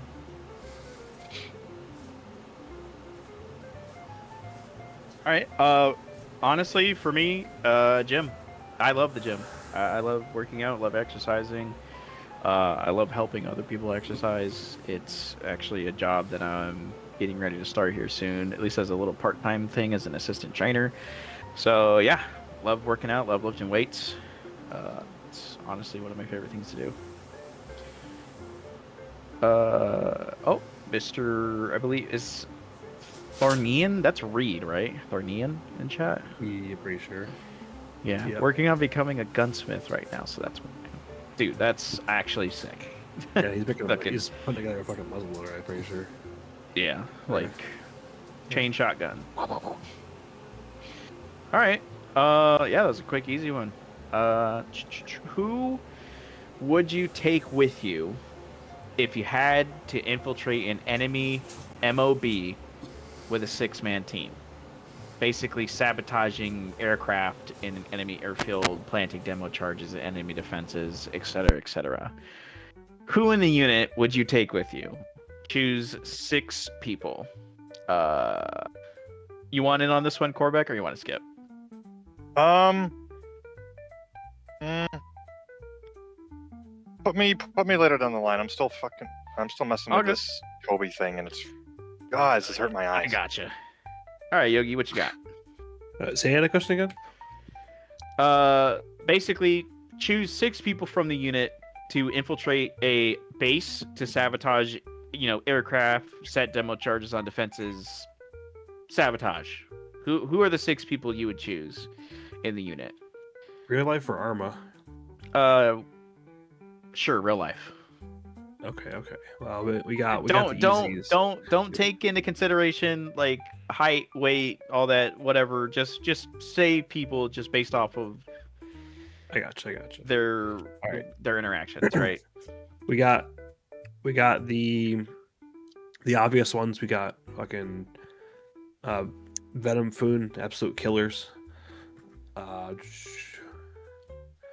We got look at it. Horizon, absolutely dependable.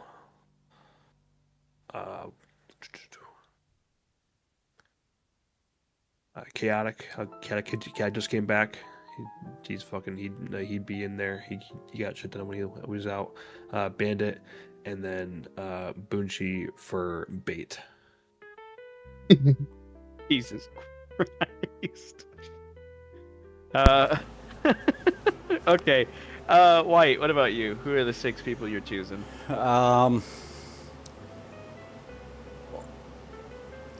Let's Yeah, see. don't factor in age or Yeah, height, weight, all that I'm- other shit. So, Dubs being one of them. You, Cap.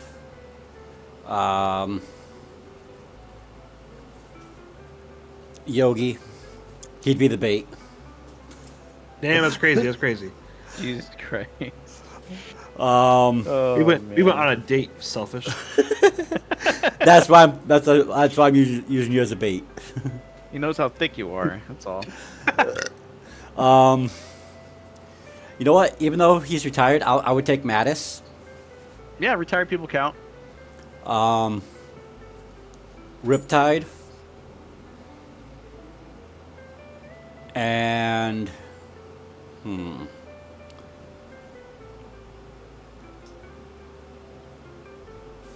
I would take Charlie. Yeah, solid group. Soccer. What about you? First person, feel like a very obvious pick. Taking you. Gonna just let you tell me where to go. I'm being there shitting my pants, man. Gotta take Beebs. Gotta have, Gotta have the hacker. Australian and gotta have it. Taking White just in case if I get fucked up. Hey White, need you to save me. My exact words would be, "Soccer, you're fucked. I'm cooked. You're cooked." Oh, Cannabis. He's coming along too. And then I said Dubs, right?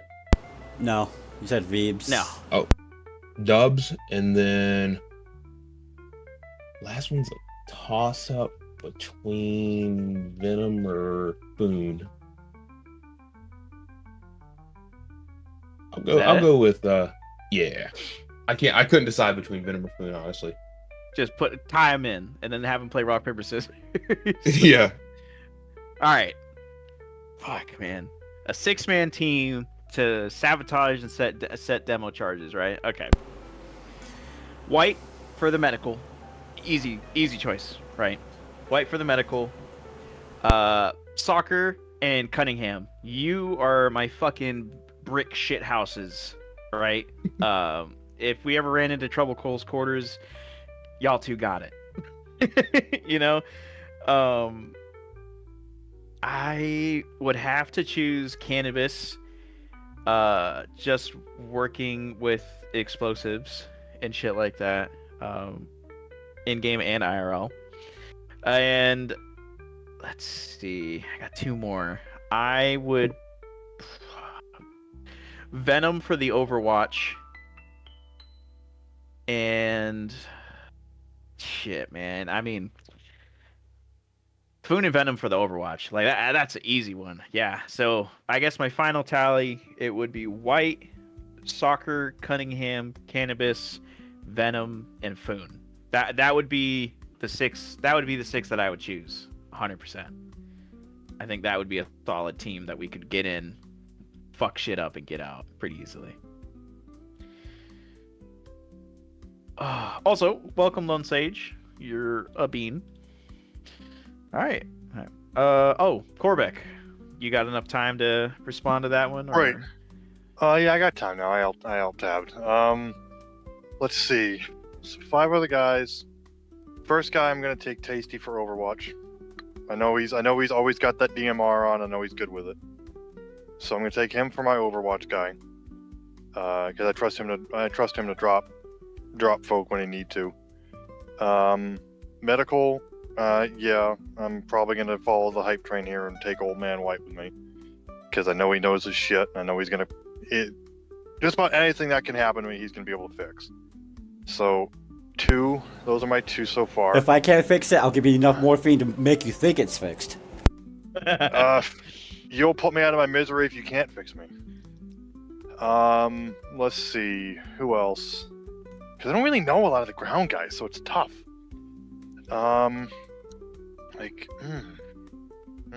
Yeah, that was my issue, Corbec. That's why I went with retired people that I knew. That's fair. Let me open up Discord here and actually see if I can jog my memory with some fucking names here. Goodness.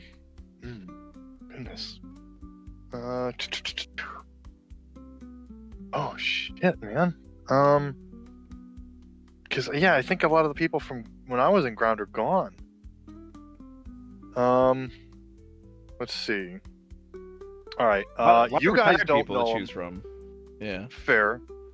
You guys don't know him, but my driver in 3-4, Mr. Tag, I'll name drop him because in another unit I was in, he was their demo guy, like their engineering guy. I trust him to carry my charges and put them where they need to go to blow up the most amount of shit. So I'm gonna take my buddy Tag from 3-4 with me. He's coming, and then I need what? One more? No, 2 more. Because shit, how many was that? I can't do math right now. I'm completely lost. 2. Is that number 3? You got 2 more. Okay. You got 2 more. All right, 2 more. Jesus Christ, man. Let's see who else I got. I feel like I should take a comms guy to either listen in on the bad guys or talk to higher ups in case we need to call in like a prairie fire or something, you know. I feel like I need a good comms guy for that. Who was our comms guy? Because like I'm blanking on a name. Yogi? It was Bunchi. I don't know who does comms. Bunchi does Airbus Romeo. I still have a bait slot open. I could use it there. Fucking it. Yeah, I think I'll take my boy here from comms. In case stuff goes bad, he might be able to get us out of a pinch. One more. Let's see, what names in here do I know?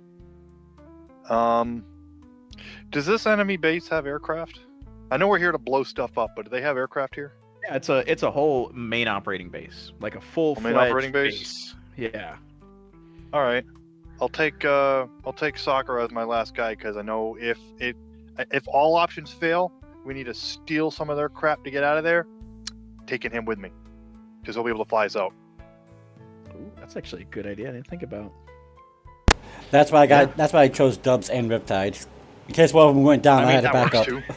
Dude, I chose Soccer and Cunningham because they're just tall fucking trees. But that's a good backup plan. Worst case, we got to fly the fuck out of there. Yeah, shit. No, those were good choices. Let's see here.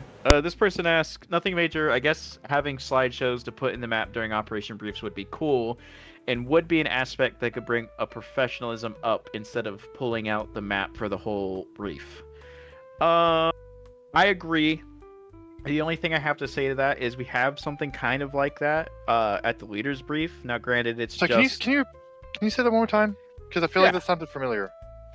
so they said, quote, nothing major. I guess having slideshows to put in the map during operation briefs would be cool and would be an aspect that could bring a professionalism up instead of pulling out the map for the whole brief. You know, I'm in a group on Sunday that runs Sunday afternoons that has like a set of screens they'll put down in game, like the in-game screens you can place, whatever. And they actually have a way to put stuff on there. I think that's what they're talking about. I don't know how that works, but I suppose again that is what that leaders brief is for. Mm-hmm. I know I had an idea in there. If you see it, this might sound familiar. Where I had the idea, because I know we have the intel chat, the intelligence chat here that's kind of used, but I was thinking like Warnos or op boards, something that we can chew on beforehand, so we kind of have an idea going in. Is what I've been in a lot of groups that do that. Wonder what the thoughts were on something like that.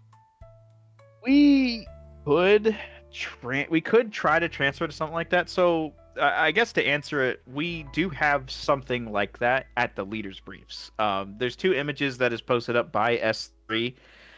The only complication that comes from that is because the unit's ops are dynamic, there is absolutely no guarantee that the week's previous op, whether going good or bad, will be the same for the next coming op. You know what I mean?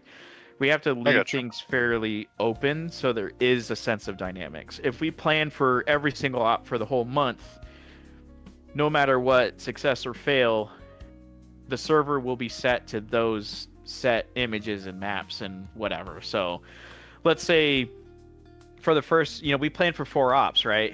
And that first op, it was a major fucking failure. That means that the second week that was planned, that has pictures and is uploaded and has a briefing, none of it applies because we failed that op. We have to completely reinvent and re-upload and all that other complicated stuff, and that's all handled on the S3 side of things. That's not an S5 thing, right? So that's the only complication that I really see with it. I mean, when you put it like that, yeah, that makes a lot more sense because these other groups that I'm in is linear might be the right word.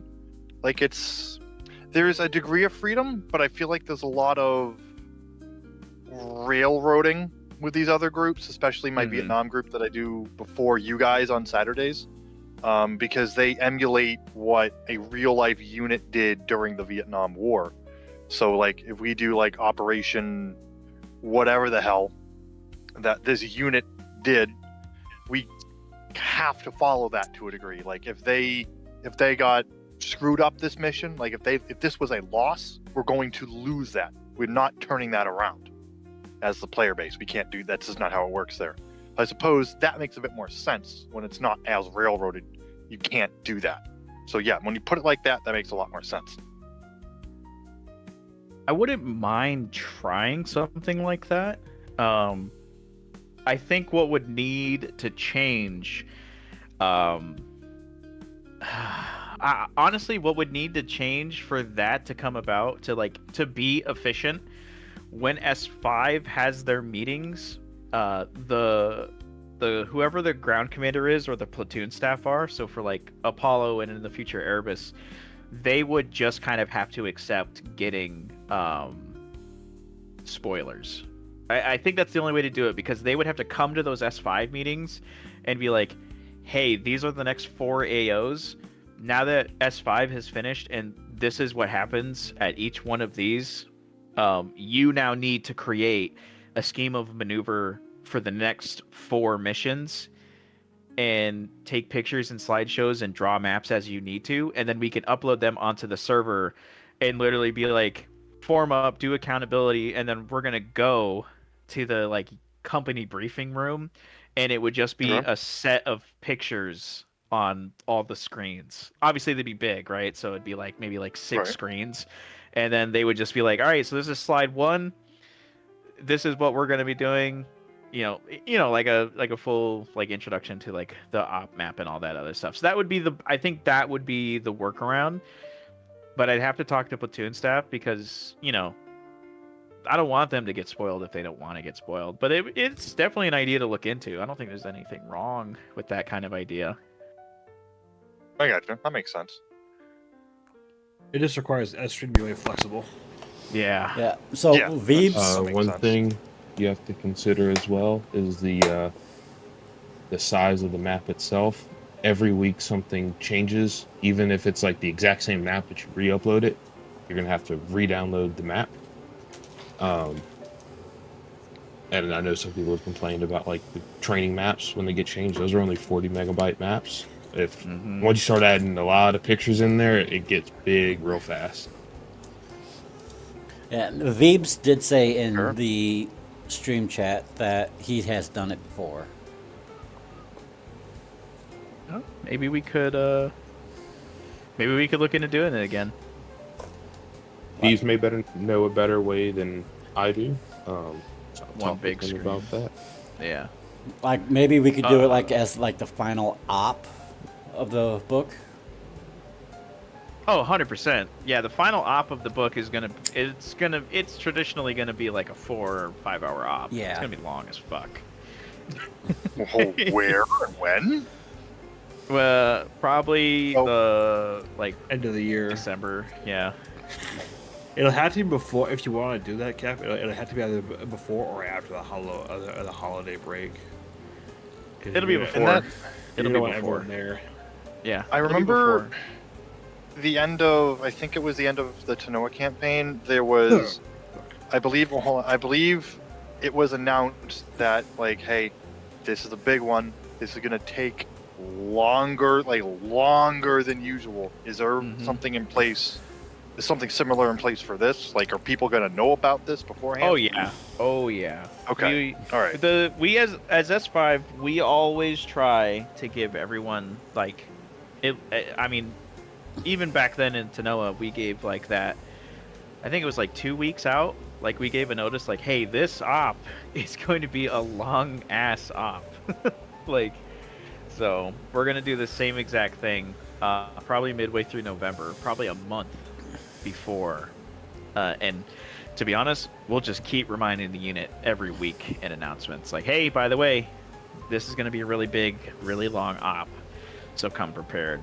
It might also be an op where we even start early at like 1900 instead of 2000. I remember we tried that. What was the purpose of that experiment? Just to see what people thought? Yeah, it was honestly to see what people thought.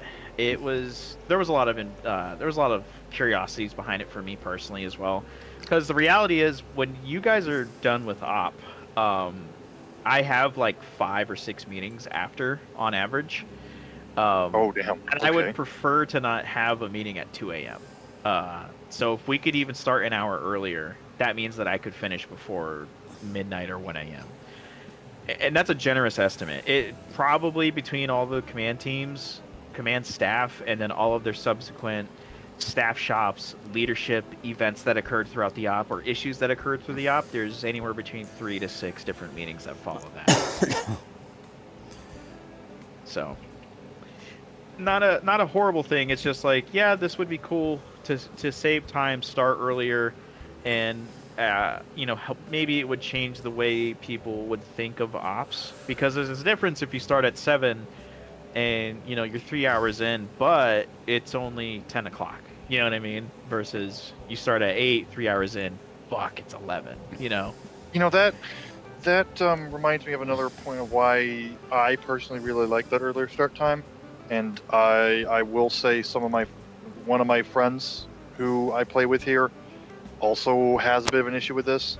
Is like, sure, like briefing time's supposed to start at like 8 o'clock, but like with brief and then the time we have after brief before we move out, it's like 30-40 minutes sometimes before we'll leave, and then we're there till like 11 o'clock.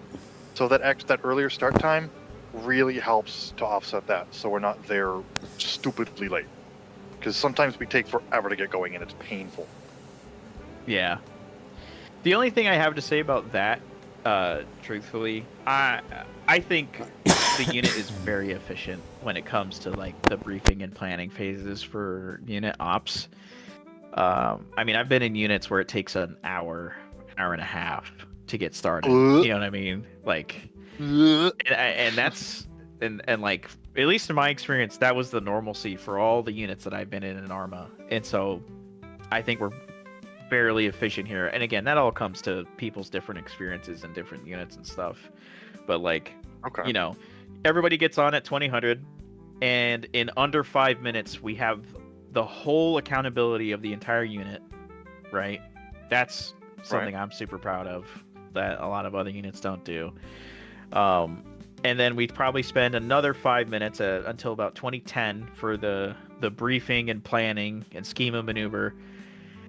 And then usually, I'd say the average is 20 minutes prep. So 2030, 2040 is unit step off time between getting your gear, getting your equipment, getting your comms set up, telling your team what's going to happen, where to go, what to do. Again, this is all from me. I think it's very straightforward and efficient. But I agree, is like there's just a difference between starting at 8 o'clock versus starting at 7.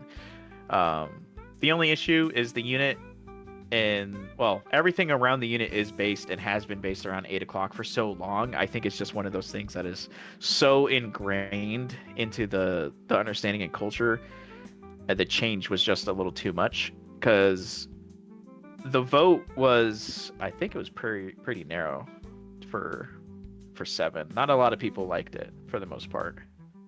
Sadly. Yeah.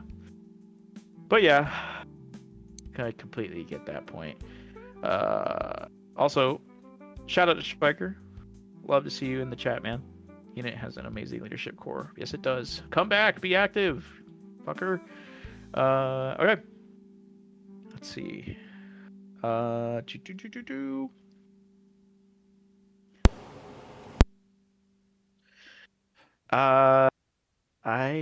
holy shit. Yeah, I think that's pretty much it.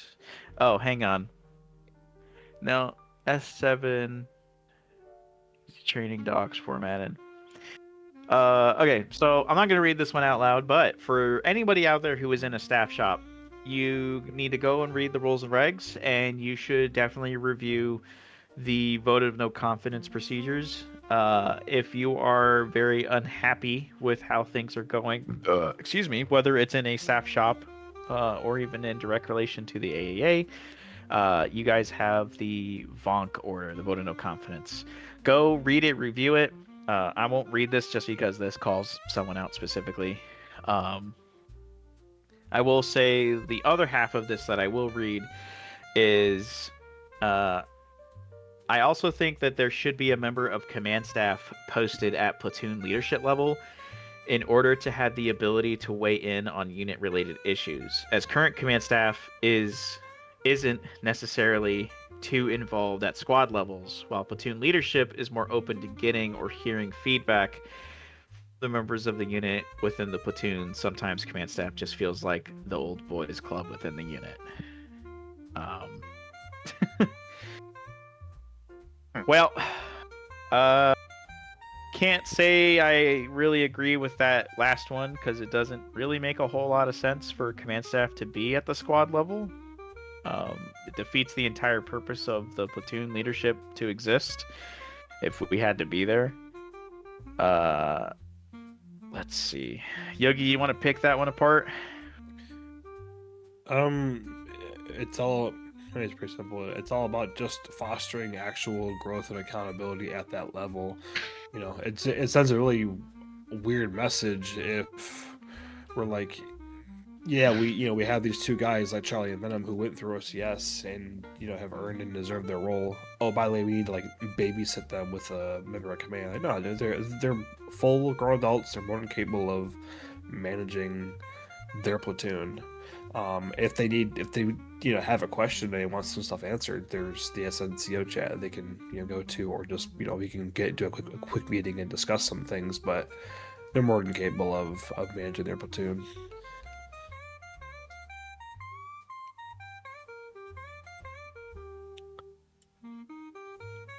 Corbec, how do you feel about that? Do you think there's some truth behind the idea of what this person's saying?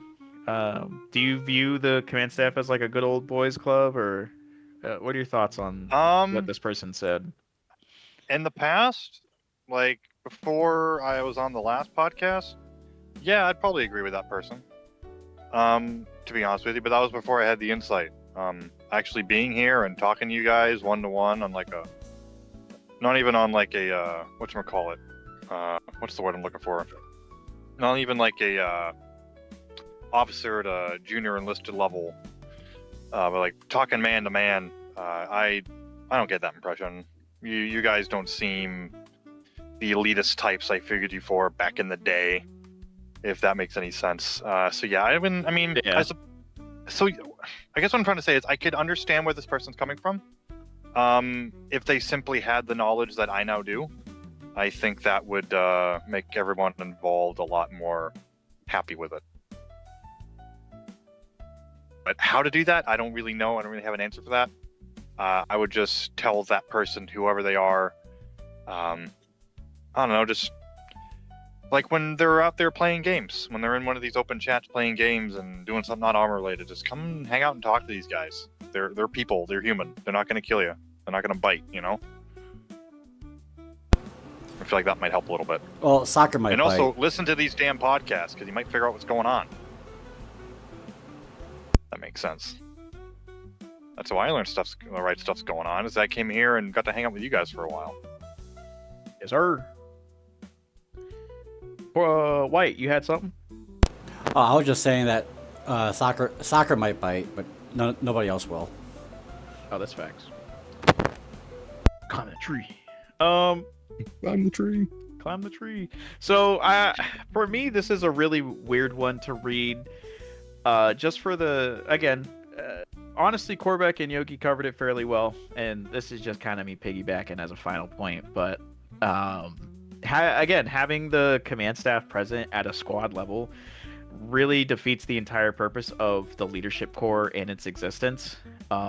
It isn't my job to run and facilitate the training and competency of a fire team as the company commander, right? My job is to, enforce and instruct those below me to continue on down that ladder in that chain of communication, and to ensure that the unit is cultivating a sense of growth, camaraderie, and efficiency with respect to the development and dynamic of military simulation, roleplay, and fun, right? That's my job. I just think that, whoever this is was either confused or doesn't really understand how like that structure works on a milsim roleplay level and that kind of dynamic. And that feeds into the fact of what Yogi was saying. The command staff is the command staff because we have other things that correlate and cover our mission objectives. We have mission objectives. I give out things for others to do. They give me things to review, and either push out or deny. And that process is repeated not just on my level, but on every level from there, from the command staff to the staff shops to the full company command element to 2MA squadron command to the expeditionary medical command, platoon, squad, fire team, right? Every single one of those has a step and a process to push out, and that's just kind of the nature of bureaucracy behind the roleplay of a milsim. To have somebody all the way from the top move down to handle things that we should have the trust and reliance on capable squad leaders, team leaders, and the platoon staff is kind of a slap in your face to those people on the squad level and the platoon level. If Charlie and Venom or Cunningham and Marcuzzi were completely incompetent individuals that I had to be there for everything that they did and weigh in on everything anything, admin, operations, whatever, for every single little thing, they shouldn't even be where they are. I should just the be last guy platoon wasn't too commander. different from that. Yeah. God damn it. Yeah, you know who I'm talking about. Anyway, but I understand that. being a part of all of that, right? I think it's just a slap in the face to those people, and those aren't those people. Those are they are fairly, very competent individuals. Not fairly. Apologies. Um, as far as the old boys club, truth be told, I think there is. I don't know how to say this without it sounding like defeatism. There but, is. I think there's not really a way to combat that. In terms of the way for people to combat it would be like how you had said, Corbec. Like, people just need to come and hang out with us when they see us in the chow halls and stuff like that, and to get to know us as people, rather than that separation when Milsim kicks in, right? Right. Truth be told, if I worried about every single new member's opinion who didn't understand us or the dynamic of the unit, I would have fucking crippling anxiety. you know Sure. and that's not to say that I don't care about this person or those members who might view us this way. It's just more so of, my understanding is anybody at the top inherently gets viewed that way, especially by new members or new parties, especially if they come from old groups or other milsims, that and they do have that elitism in their command teams, or favoritism, right? Like that nepotism mindset. So I completely understand that.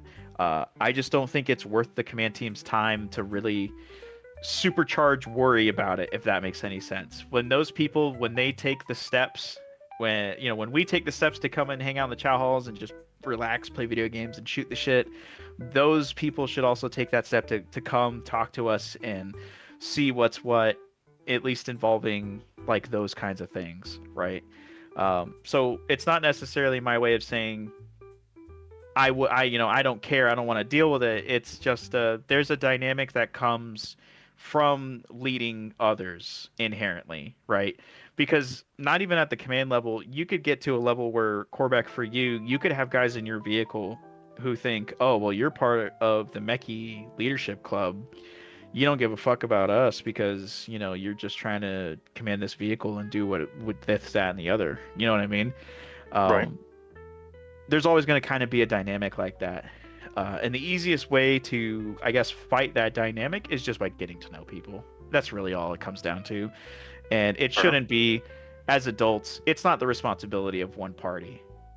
I guess that's my ultimate argument for that. It's the responsibility of both parties to get to understand each other, especially if you care enough to work in the same environment for however long that may be. Makes sense. That was actually the last one from the unit's climate survey. With that being said, do you guys have any other comments, questions, concerns, critiques before we get to the Crayon of Fortune? Crayon of Fortune. Yeah. Soccer, white. Not that That's I where can we think pick the of. next poor guy that's gonna come in here. Yeah. The next sucker. I mean, I know at least one guy that I think would.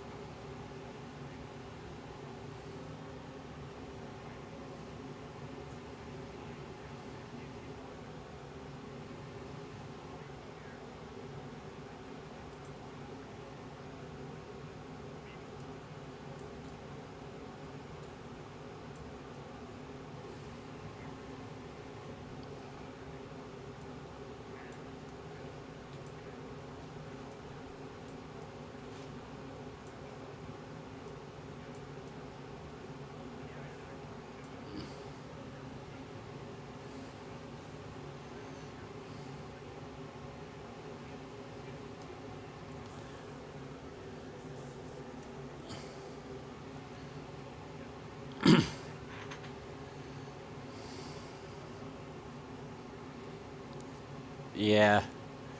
I already did. Yeah, I don't know how.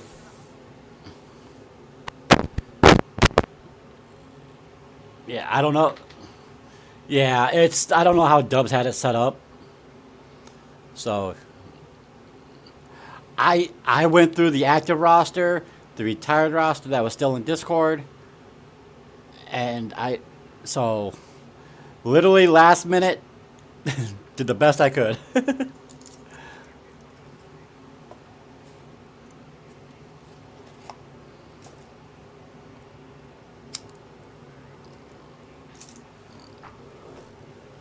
uh let's go with Anderson.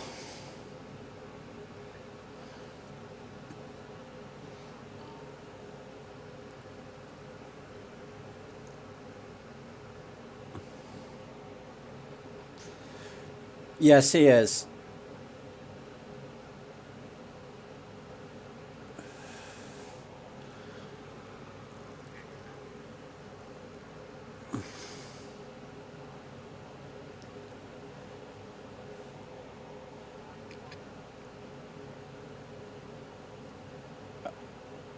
All right.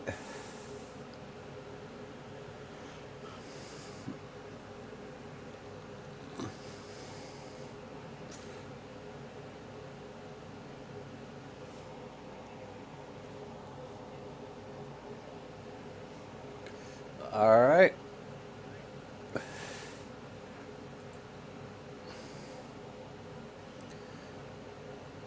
And the winner is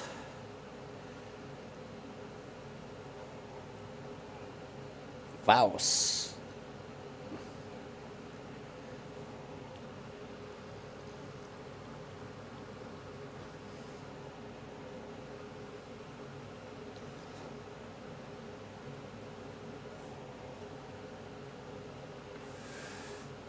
All right. For the backup.